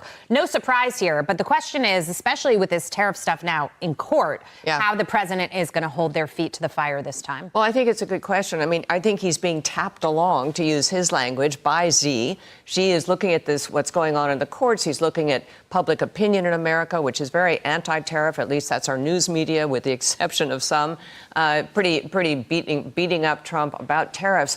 But I think it's kind of important occasionally to go back to the beginning here. What is going on with China? They have been waging economic warfare against the United States for 20 or 30 years. They have stolen massive amounts of intellectual property, which goes on. They engage in corporate espionage. Something like 40% of American corporations have reported that China has hacked their intellectual property. They are illegally manipulating currency. They subsidize illegally, again, their state-owned enterprises. They have done everything possible to basically undermine the United States and our companies worldwide competitiveness. And so we are, what's so infuriating is legislators in Congress have let this go on. No one has stood up to them. Trump is trying to do that. So, yes, tariffs are the most obvious way to go. I frankly don't know what Trump is exactly referring to here. I'm assuming is that China is not budging off their position in terms of tariffs or non-tariff barriers to competition, which they have a tremendous amount of in China. So I think we have to kind of wait and see, and I'm sure Trump will address this. But China is the bad guy here. It is not Trump. It is not Trump sort of instigating this problem. The problem existed. He is trying to address it. I think he's still mad about the soybeans because they were supposed to take all the extra soybeans from our farmers and they stopped doing it. Sure. But Dagan, even if we do have a deal with China, you always say the same thing, which is that you can't trust them.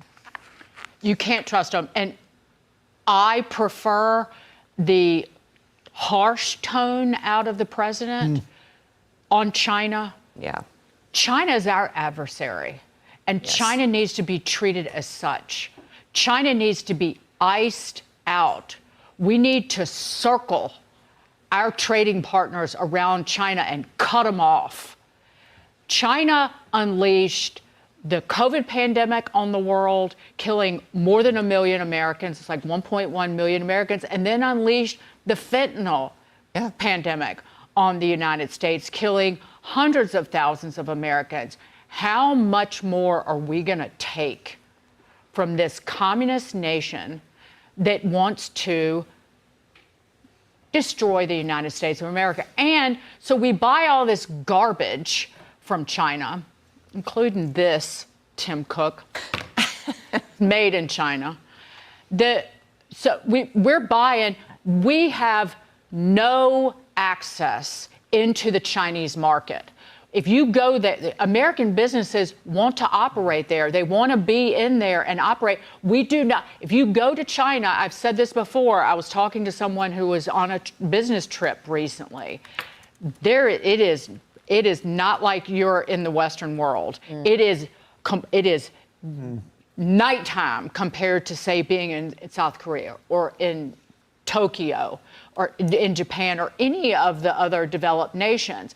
It is all Chinese tech. It is Chinese product.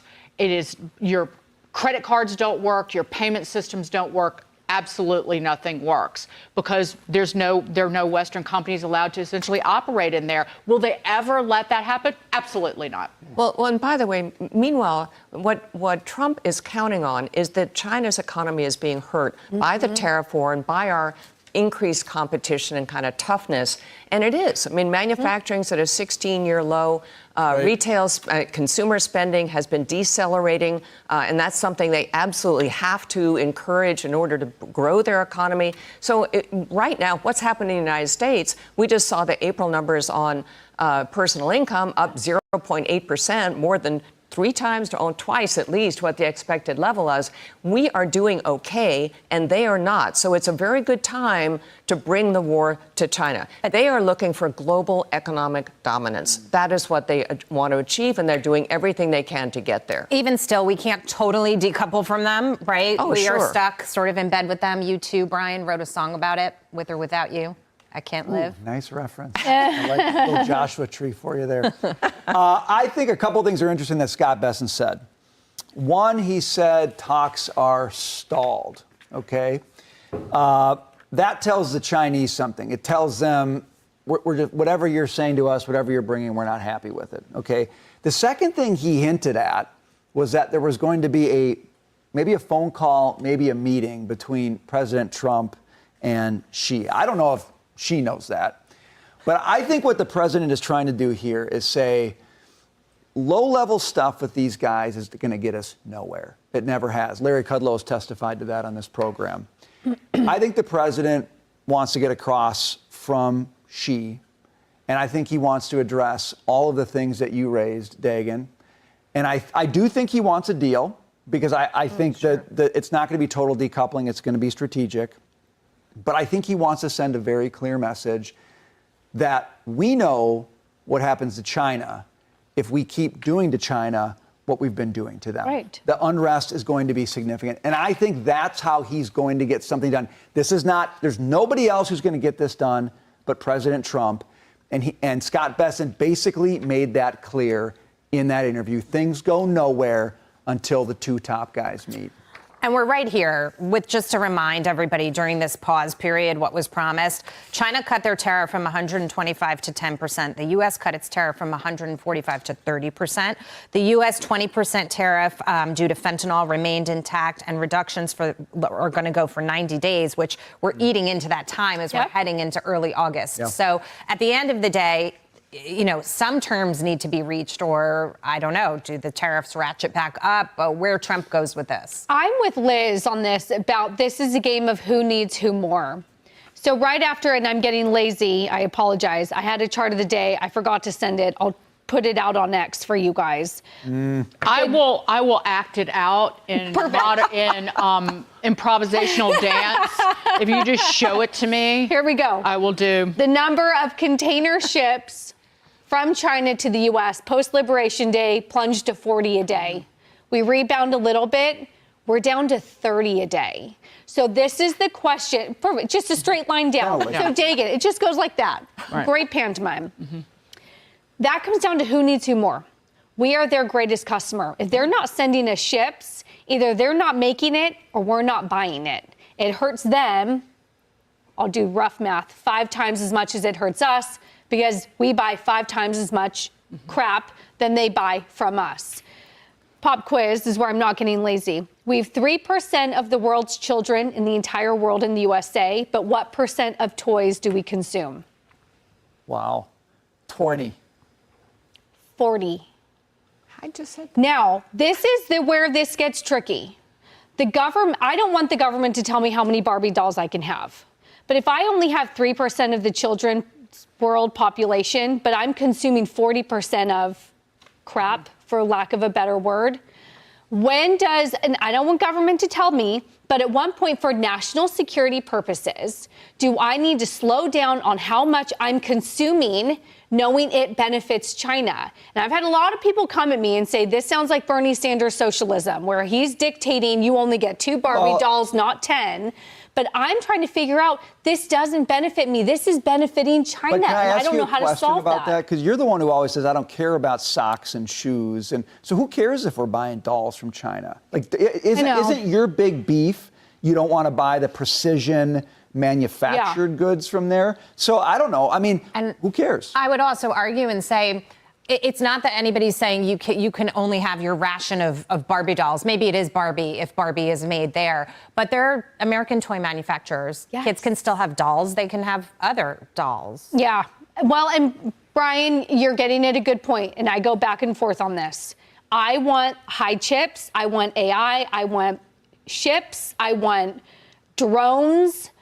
That I want manufactured in America. Yeah. I could probably care less about socks and dolls. Except that when we are fueling China's rise, then I start to think twice about my consumption.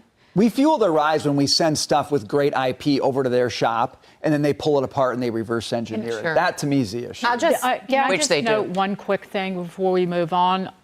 But related to all of this, we got the personal income and spending numbers this morning, and it was your personal income was up 0.8% in April. Huge. It was 4 times what the expectation was. And it was revised higher in March. And the savings rate is now running, it was revised to 4.3% in March. It's nearly not 5%, 4.9% in April. These are big increases in the savings rate. That is so incredibly healthy.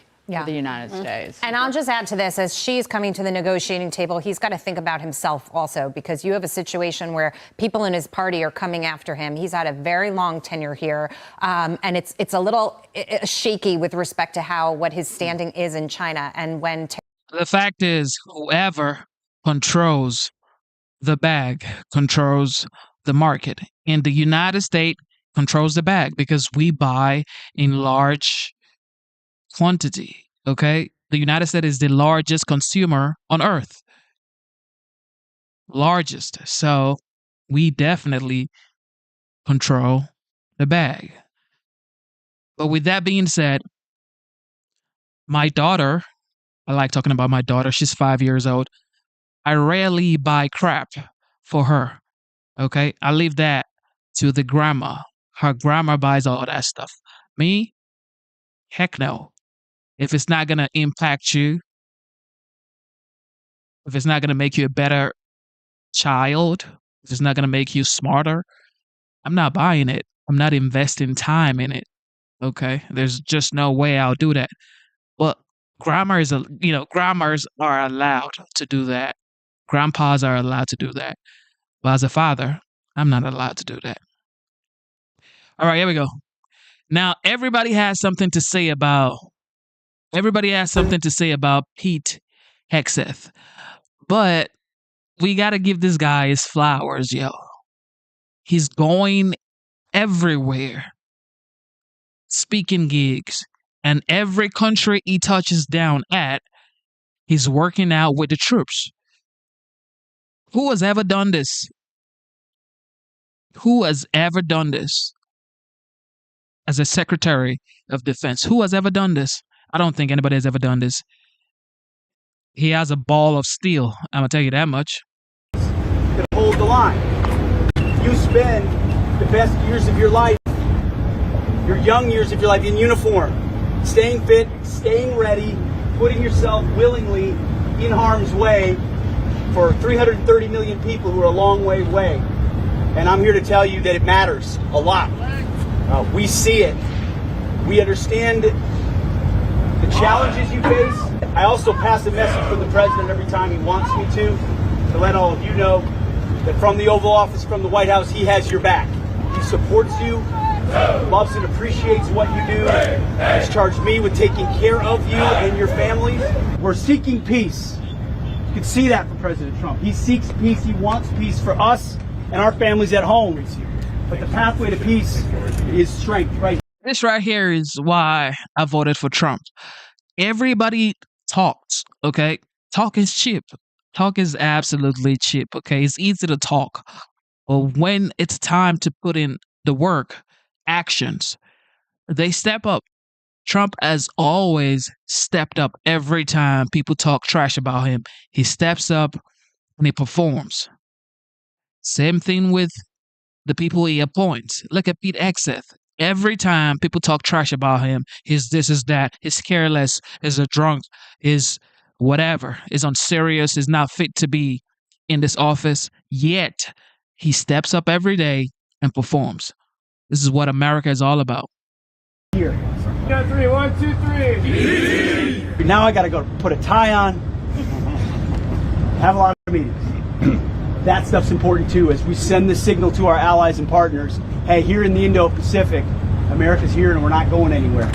We're here to deter adversaries who would seek us harm, the American people harm, or our interests.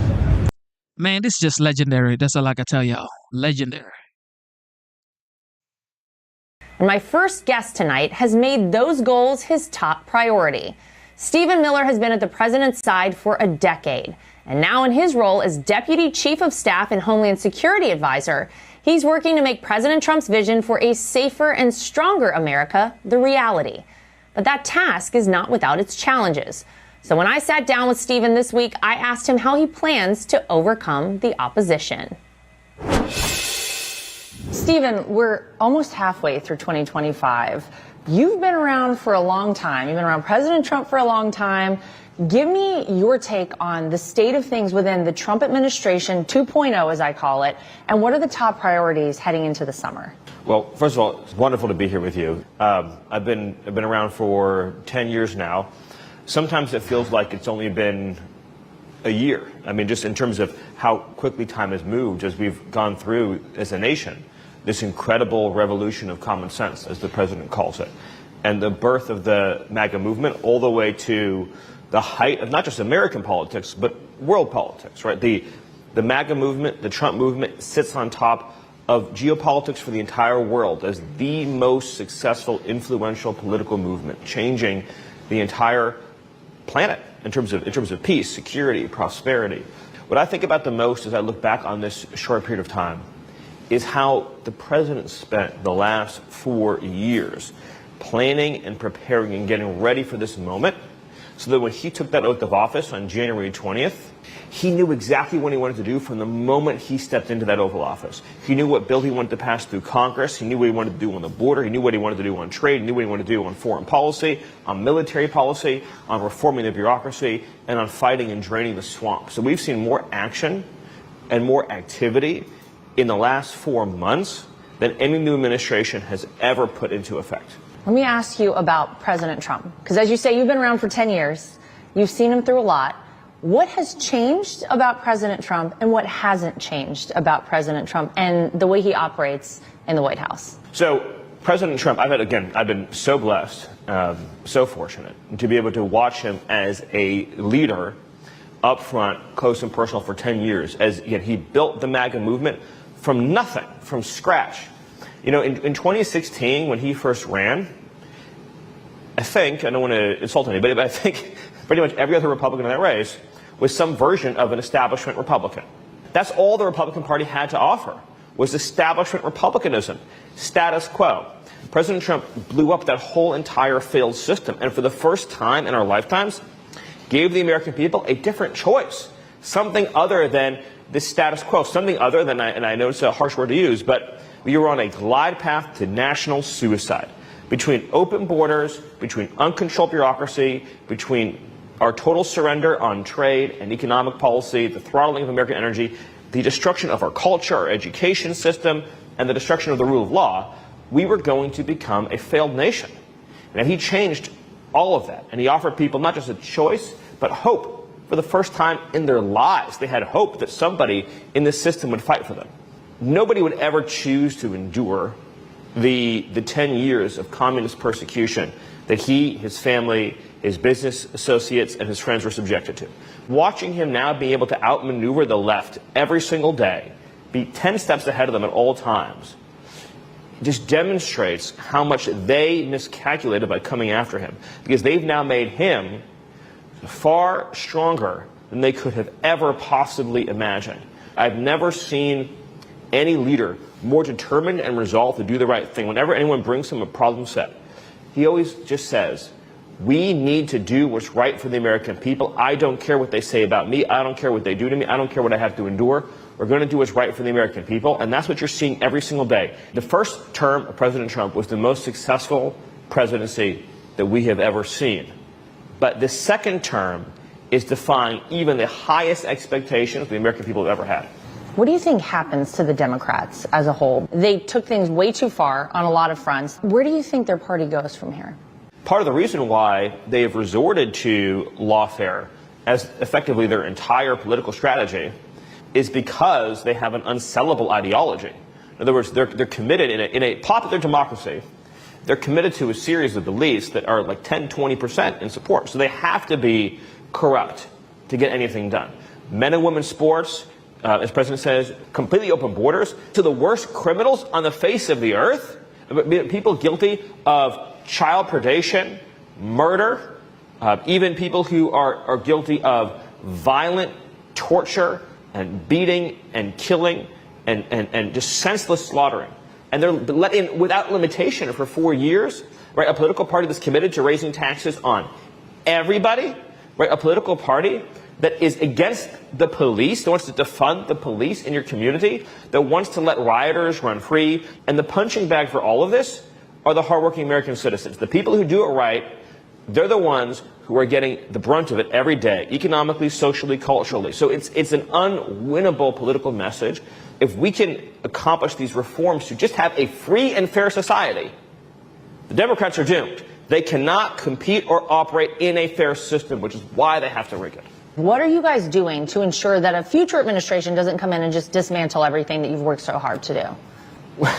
Well, it's hard for me to think that far into the future because every day is a lifetime right now. You know, we wake up in the morning under President Trump's direction, and he wants to know, what are you doing to reform higher education?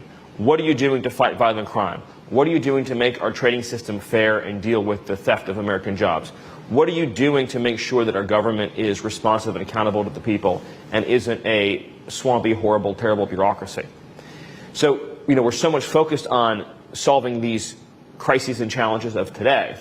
But I think my best answer to your question is that because President Trump built a movement, an entire movement, there are now a whole generation of leaders to carry on what he started and what he created. What does restoring the republic look like? I know that's basically the overall goal over this 4-year term for President Trump. You're a big player in that. So what does that mean, and how do you restore the republic? When President Trump talks about restoring the republic, he means restoring a country in which the fundamental loyalty and allegiance we have is to the American citizen who does everything right. And that's why the system has been such a travesty for so long, is that the people who they work hard in a job that perhaps is thankless, nobody's appreciating them. They earn enough money, barely, to support their family. And then guess what? Liberals, Democrats say those people are uneducated people. The folks that build the things that we use every day. Americans, hardworking truck drivers, plumbers, HVAC folks, okay? Construction workers that build our roads, bridges, homes, welders. These folks would say, well, the liberals would say, those guys are uneducated. The uneducated people, Trump loves the uneducated. Oh, you mean to say Trump loves the people that actually works hard every day to make sure America keeps running, the steel workers, the miners, Okay. To take care of their kids, to take care of their loved ones. They follow every rule. They pay every tax, no matter how outrageous. And then look around them, and everybody else that isn't doing it right is getting rewarded. So the scammers and grifters in Washington, D.C. are getting rich. The illegal aliens are getting rich. The criminals are getting away with everything. So this person thinks, I've done everything right in my life, and the entire system serves everyone at my expense. Restoring the republic means that the citizen, the law-abiding, God-fearing, honest citizen, is at the center of the government's priorities and allegiance. And that's what President Trump is doing with his leadership each and every day. Much more to come with Stephen Miller as our nation once again Stephen Miller is the antidote to the press. Just unleash Stephen Miller, it's over. Okay? Unleash him, and they're running out to skelter. So wanted posters, they're everywhere on local businesses. The FBI raising the reward to a combined $25,000 this afternoon. They are warning that he is extremely dangerous and armed, Rich. Godly, what is going on in Arkansas? Brooke Taylor live for us in Arkansas. Brooke, thank you. For more on this and also the continued search for inmates who broke out of a New Orleans jail, let's bring in Fox News contributor and former FBI Special Agent Nicole Parker. Nicole, thanks for joining us this afternoon. This is quite a case. This former police officer, how did he get this uniform, and what's going on in this search? How come they haven't found him yet?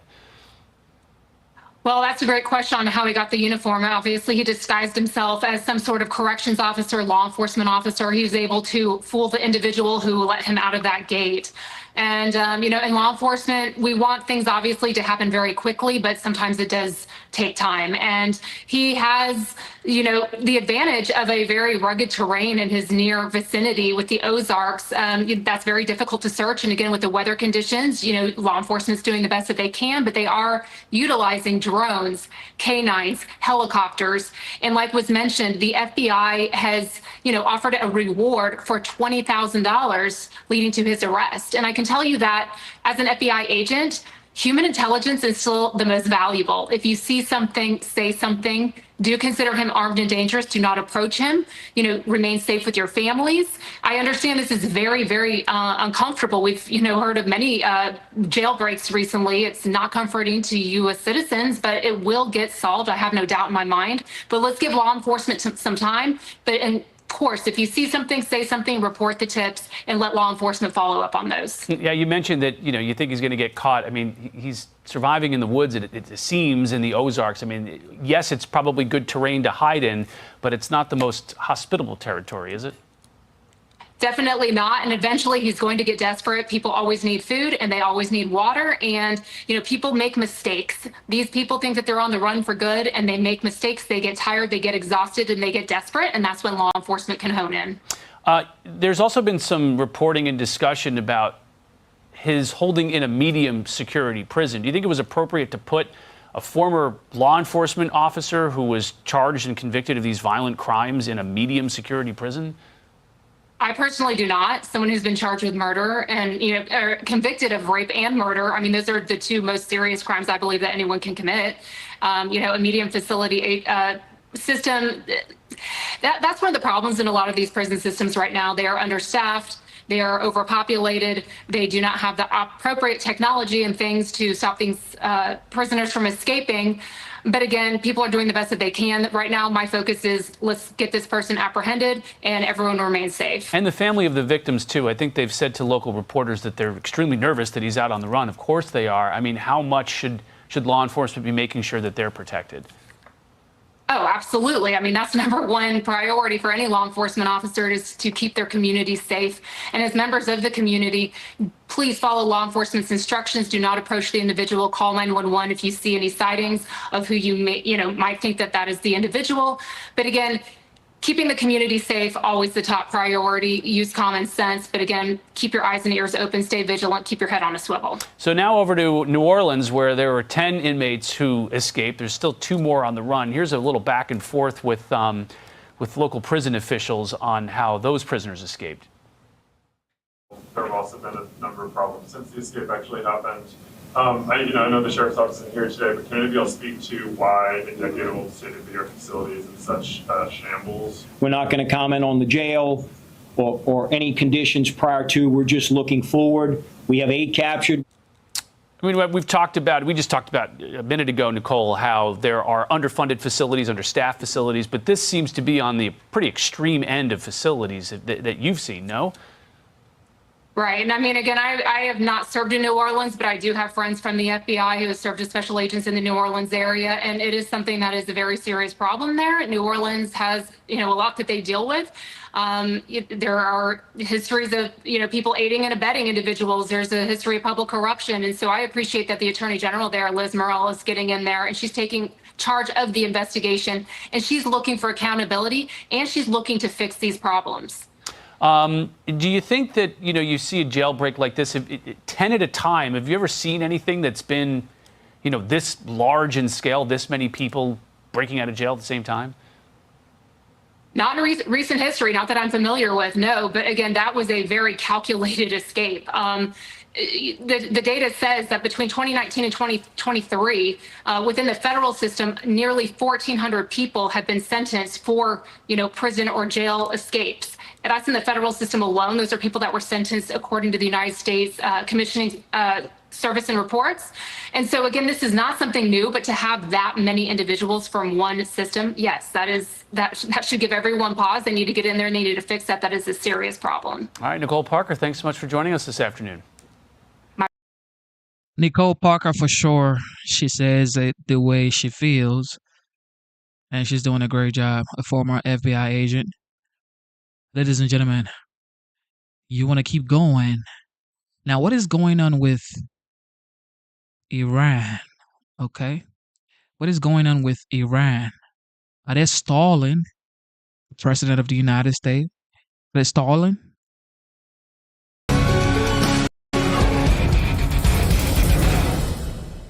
Welcome back, America. We're here with Michael Duran, the Hudson Institute, really a top scholar in the entire Middle East. Michael Duran, I have to say, I have a lot of great faith in Benjamin Netanyahu and Donald Trump, that these are the 2 right men at the right time to do the right thing. My concern is not so much them, but the enemy. They cheat, they lie, they steal, and they're terrorists. And they kill Americans, and they kill other people, and they support people who kill Americans and kill other people. So is it possible that when it's all said and done, the Houthis will keep shooting missiles into Israel, that Hamas will survive, and Iran, if not in the next 4 or 5 years, but maybe 10 years, because they play long ball, just like the communist Chinese, that they'll have a nuclear weapon? Is all this possible? This is, unfortunately, this is where we're headed right now. And I hate to say it, Mark, but American policy is driving things down that path. When Trump made the separate deal with the Houthis, by which they stopped firing on American ships but continued to fire on Israel, he left Israel alone on the battlefield against the Houthis. And now Steve Witkoff is negotiating simultaneously with the Iranians and with Hamas to come up, I think, with this interim deal, which is where it's headed on the nuclear program, but also a ceasefire deal with in Gaza that will leave Hamas in place. That's what the Iranians want. They want to buy time, they want to keep Hamas in place, and they want to protect their Houthi assets so that it can continue to shoot rockets at Israel. What this is going to lead to is that the United States will be the mediator on one hand, and on the other hand, we'll have Iran, Saudi Arabia, and Turkey all depicting Israel as the problem in the region. We have to narrow the gap between the U.S. policy and the Israeli policy. The Israeli interest and the American interest are identical in this, and as long as we show a daylight between Washington and Jerusalem, it gives the Iranians a field in which to play. Let me ask you this. When it's all said and done, which may be a week or two or a month from now, if the Israeli government supports or is involved in the negotiations that the U.S. is involved in, we see all these reports that there's a great division. But let's say if it turns out there isn't this great division, that in fact they're marching pretty much in lockstep, would that make you feel better? Again, we don't know what it is when I talk about it. But it seems to me if Israel has a role kind of in signing off on some of these decisions and so forth, who knows better than Netanyahu and his government how to protect Israel and its people? I think there still is room for the U.S. and Israel to close the gap. I don't want to be a catastrophist about this, but I think that Donald Trump and Steve Witkoff need to see that as a goal. And they have to especially see the goal of being united against Iran and all of its allies. I think this could easily happen if Donald Trump looks at the interim agreement that the Iranians are offering and says, no, this won't do it, and turns to Israel to say, let's work together to pressure the Iranians, then we can see a better outcome. Right now, though, the Trump policy has taken Israeli pressure on Iran off the table. The Iranians feel no pressure to make concessions right now. I just feel a little bit seeing some light there with, Derm and the others met with Witkoff and the others last week, early in the week, for a couple of days there. That, to me, was a very good sign. And so I'm hopeful that we're working together, working very closely with them and so forth, because you're right, in so many ways. This is a common enemy. They're not to be trusted. They will, if they can, cheat and steal and get a nuclear weapon. They want Hamas to survive. They want the Houthis to survive, and that would be an absolute 100% disaster. I want to thank you, Michael Doran, for the things that you write, things you have the guts to say. God bless you, my friend. Thank you. Do you guys think Iran is stalling? Do you think they're stalling, or they're actually going to destroy all the nuclear that they said they were going to destroy? I mean, who knows? These folks, they tell you A and do exactly the opposite. We've seen Vladimir of Russia and how he said, you know what? I'm going to get on the phone with the OG, the 45th and the 47th President of the United States, and we're going to have a peace talk for Ukraine. And then 2 seconds later, after the call, he throws drones into Ukraine. So it's like, these people tell you A and do the exact opposite. When they tell you A, just know they're going to do the exact opposite and get ready for the opposite. Matter of fact, do the opposite that y'all Moving talked on. about. Well, while Democrats cry about DOGE, they should actually be worried about the return of Joe Biden. The former president was in Delaware for a Memorial Day speech yesterday. It was his first public appearance since his cancer diagnosis and the release of a series of books detailing his mental decline, and it did not go well. Well, all men and women are created equal, endowed by the Creator with certain inalienable rights, life, liberty, pursuit of that. We mean it, literally, not figuratively. In fact, folks, you know, our troops don't wear a uniform that says I'm a Democrat or I'm a Republican. It says I'm an American. I'm an American. That's who I am. I'm serious about this. I'm not joking. And Biden also had a message for the co-authors of one of the books calling out his mental failures. There's also been a lot of discussion recently about your mental and physical capabilities while you were in office. You can see that. I'm mentally incompetent and I can't walk and I could beat the hell out of both of them. That's tough talk from a guy who apparently got trapped in his own closet. A Secret Service whistleblower detailed Biden's decline to Senator Josh Hawley. He told me that Biden used to get lost in his closet in the mornings in the White House. I mean, the guy literally stumbling around in the White House residence couldn't find his way out of his own closet. Now, congressional Republicans are demanding answers. The Senate is planning a hearing for June 18th, while the House is considering subpoenas for both Joe and Jill Biden. You know, Molly, there has been conversations about the mental and even physical fitness decline of former President Joe Biden for years. I think I penned a 2021 op-ed in the Daily Mail calling for open transparency regarding his, his cognitive ability. But it wasn't until I think the 2023 leaked interview tapes with Special Counsel Hur that people were able actually to hear President Biden for himself and how poorly he did in that interview and constantly forgetting things and having word-finding issues. I mean, I think that was a pivotal moment for the American people, the release of, or the leak of those interviews. Yeah, and we're in a pivotal and also kind of awkward moment right now with his cancer diagnosis. There's a big outpouring and a big heart for that.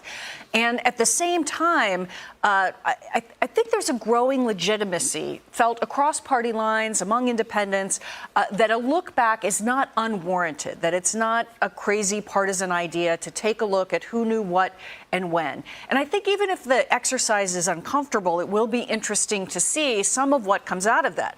I think Democrats have even started to admit this to themselves with the publication of articles and books and the look back and the sudden sort of introspection that's been going on, including in the liberal media, that this is a story, was a story, and that it's not rude and it's not ageism, and that there is something to uncover here. So it'll be interesting to see what comes to light potentially sooner rather than later as we're looking at an actual date in June. So. Yeah, well, and Jason, I mean, oversight is obviously going to start by seeing this. You were chairman of Oversight Committee. You know, one of the things that I wonder about is the medical privacy. Are we actually going to get answers? They're saying they want to speak to the former White House physician. You know, what did he withhold something? Is he supposed to disclose something? Because there is physician-patient privacy issues. One of the things, though, when it comes to physician-patient privacy, if there is a public health threat involved, they don't actually have to get the patient to sign off on them disclosing certain information. So I wonder if there's an argument to be made that if the president at the time was not cognitively able to make these decisions, did he have a responsibility to the American people to say something? Long term, I think Congress can help put this into the code and say, look, you have one person in the President of the United States who has his hands on the nuclear weapons. We're going to waive those HIPAA rules for that. But Joe Biden can waive all this. He can just simply say, of course. He just argued just yesterday. Hey, I'm fit. I'm vibrant. I can beat people up. Okay, then, Mr. President, waive your right to privacy and allow us to talk to the doctor and allow that doctor to go before the American people, Republicans and Democrats, and answer all those questions. That's what they should do. And if he doesn't want to do that, begs the question, well, what are you hiding, Mr. President? Why wouldn't you do that? Well, you know, there's something, Griff, called the VIP syndrome, where a physician actually may not do certain tests because they don't want it to have this patient to have a documented diagnosis. So he had said over and over again that he didn't do a cognitive exam on him. So the question is, did he do that intentionally because he didn't want there to be documented results of this? Or did he truly believe that there wasn't a reason? we'd have to put him before a congressional committee and ask him those questions. And that's exactly what should be. You know, just one step further than what Molly was saying about, you know, a look back is warranted. The past administration lied to the American people, and then ultimately we all saw it. And even when we all saw it, they then continued to lie. Corinne Jean-Pierre talking about he runs laps around her and she can't keep up. You know, it's not just a small lie or a twisting, a reframing of an issue. It's an outright bald-faced lie of the President of the United States. And I think that's why the not only look back, but also the congressional hearings with people exactly like the doctor or those in that inner circle to say, at what point did you decide you were going to move to the cover-up stage and defend what was clear to everybody around them? Well, the good news is at the 7 o'clock hour of this show, we are going to have House Oversight Committee member Byron Donalds. He's going to be joining us, and he's going to be taking our questions live. We have a lot to ask him about. Now, Byron Donalds for sure is running for the governor of Florida. Florida is a Republican state. He's most likely going to win, but he has to actually prove that he's capable, which he has for many years now as a congressman.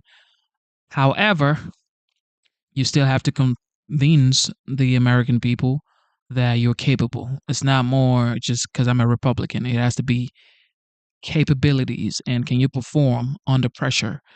All right? But Joe Biden, okay, with Joe, everybody knew Joe wasn't like there, okay, and they were saying that conservatives were being, I guess, abusive to the elderly. It's like, would you want somebody to talk to your daddy like that or your grandfather like that? No. Okay, but my daddy or my grandfather is not the president of the United States. So there's no point lying and saying he runs laps around them. They were lying, and now they're all saying, well, we didn't know. Jake Tapper. We're defined as anti-Trump. You damn right. You damn right. We are anti-Trump. But we also have to spend the time letting voters know what we stand for. A lot of them are with us on the issues. They're just not part of our coalition because they feel like they're not welcomed in it. There's a condescension that is imputed to Democrats that I think we really need to deal with. So much of politics is not just how you make people feel, but how you make people feel about themselves. For real? So Democrats are weighing strategies to try to regain voter approval, especially among young men. Critics, though, say these tactics are simply a diversion as investigations expand into a possible cover-up of Joe Biden's health decline while he was president. Joining us now, Dr. Lauren Wright, a political scientist at Princeton University.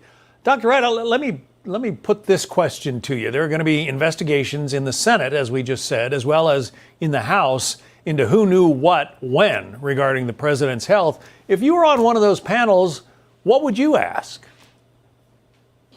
I would ask who knew what when, and specifically how early. Some of the reporting indicates Biden has been declining since 2021, and his staffers saw that firsthand.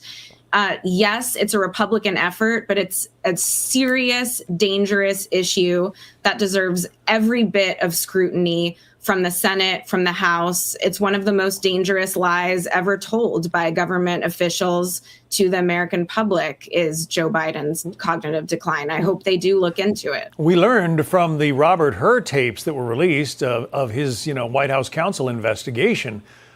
Joe Biden couldn't even remember what year his son died and what year he ran for president or won the presidency.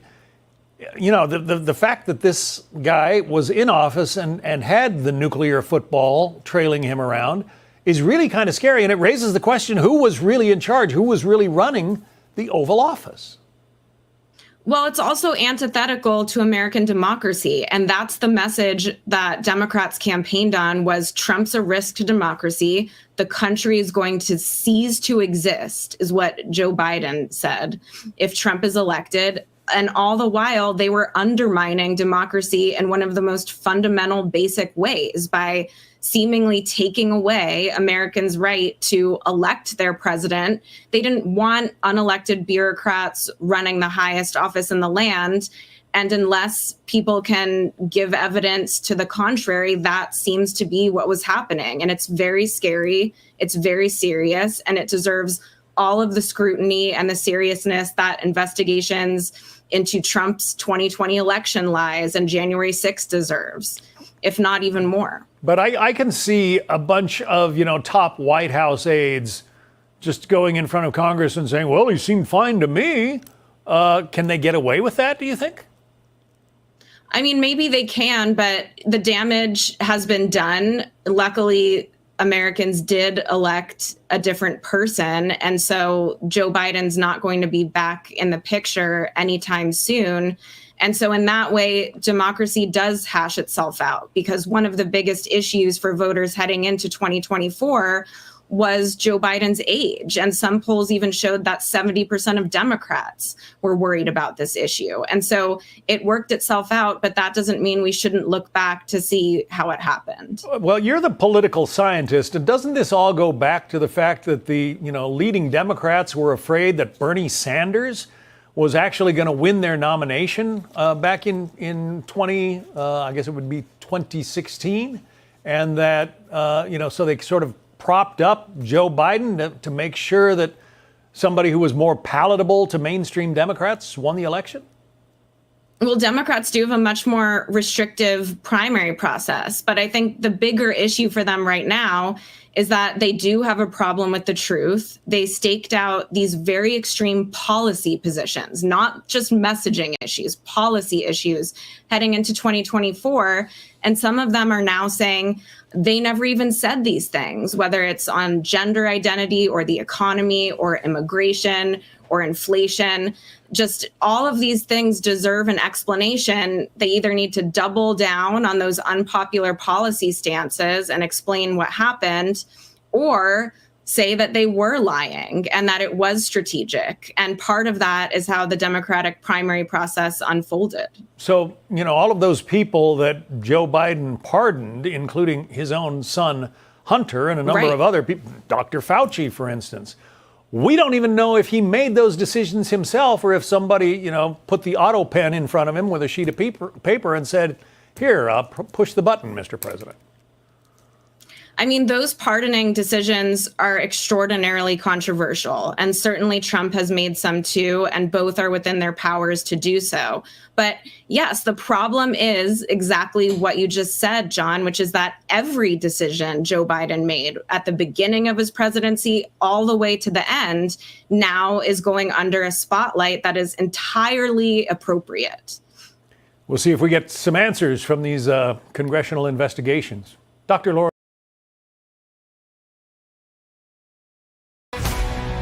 There's also been a lot of discussion recently about your mental and physical capabilities while you were in office. You can see that. I'm mentally incompetent and I can't walk and I could beat the hell out of both of them. I'm very proud. I put my record as president against any president at all.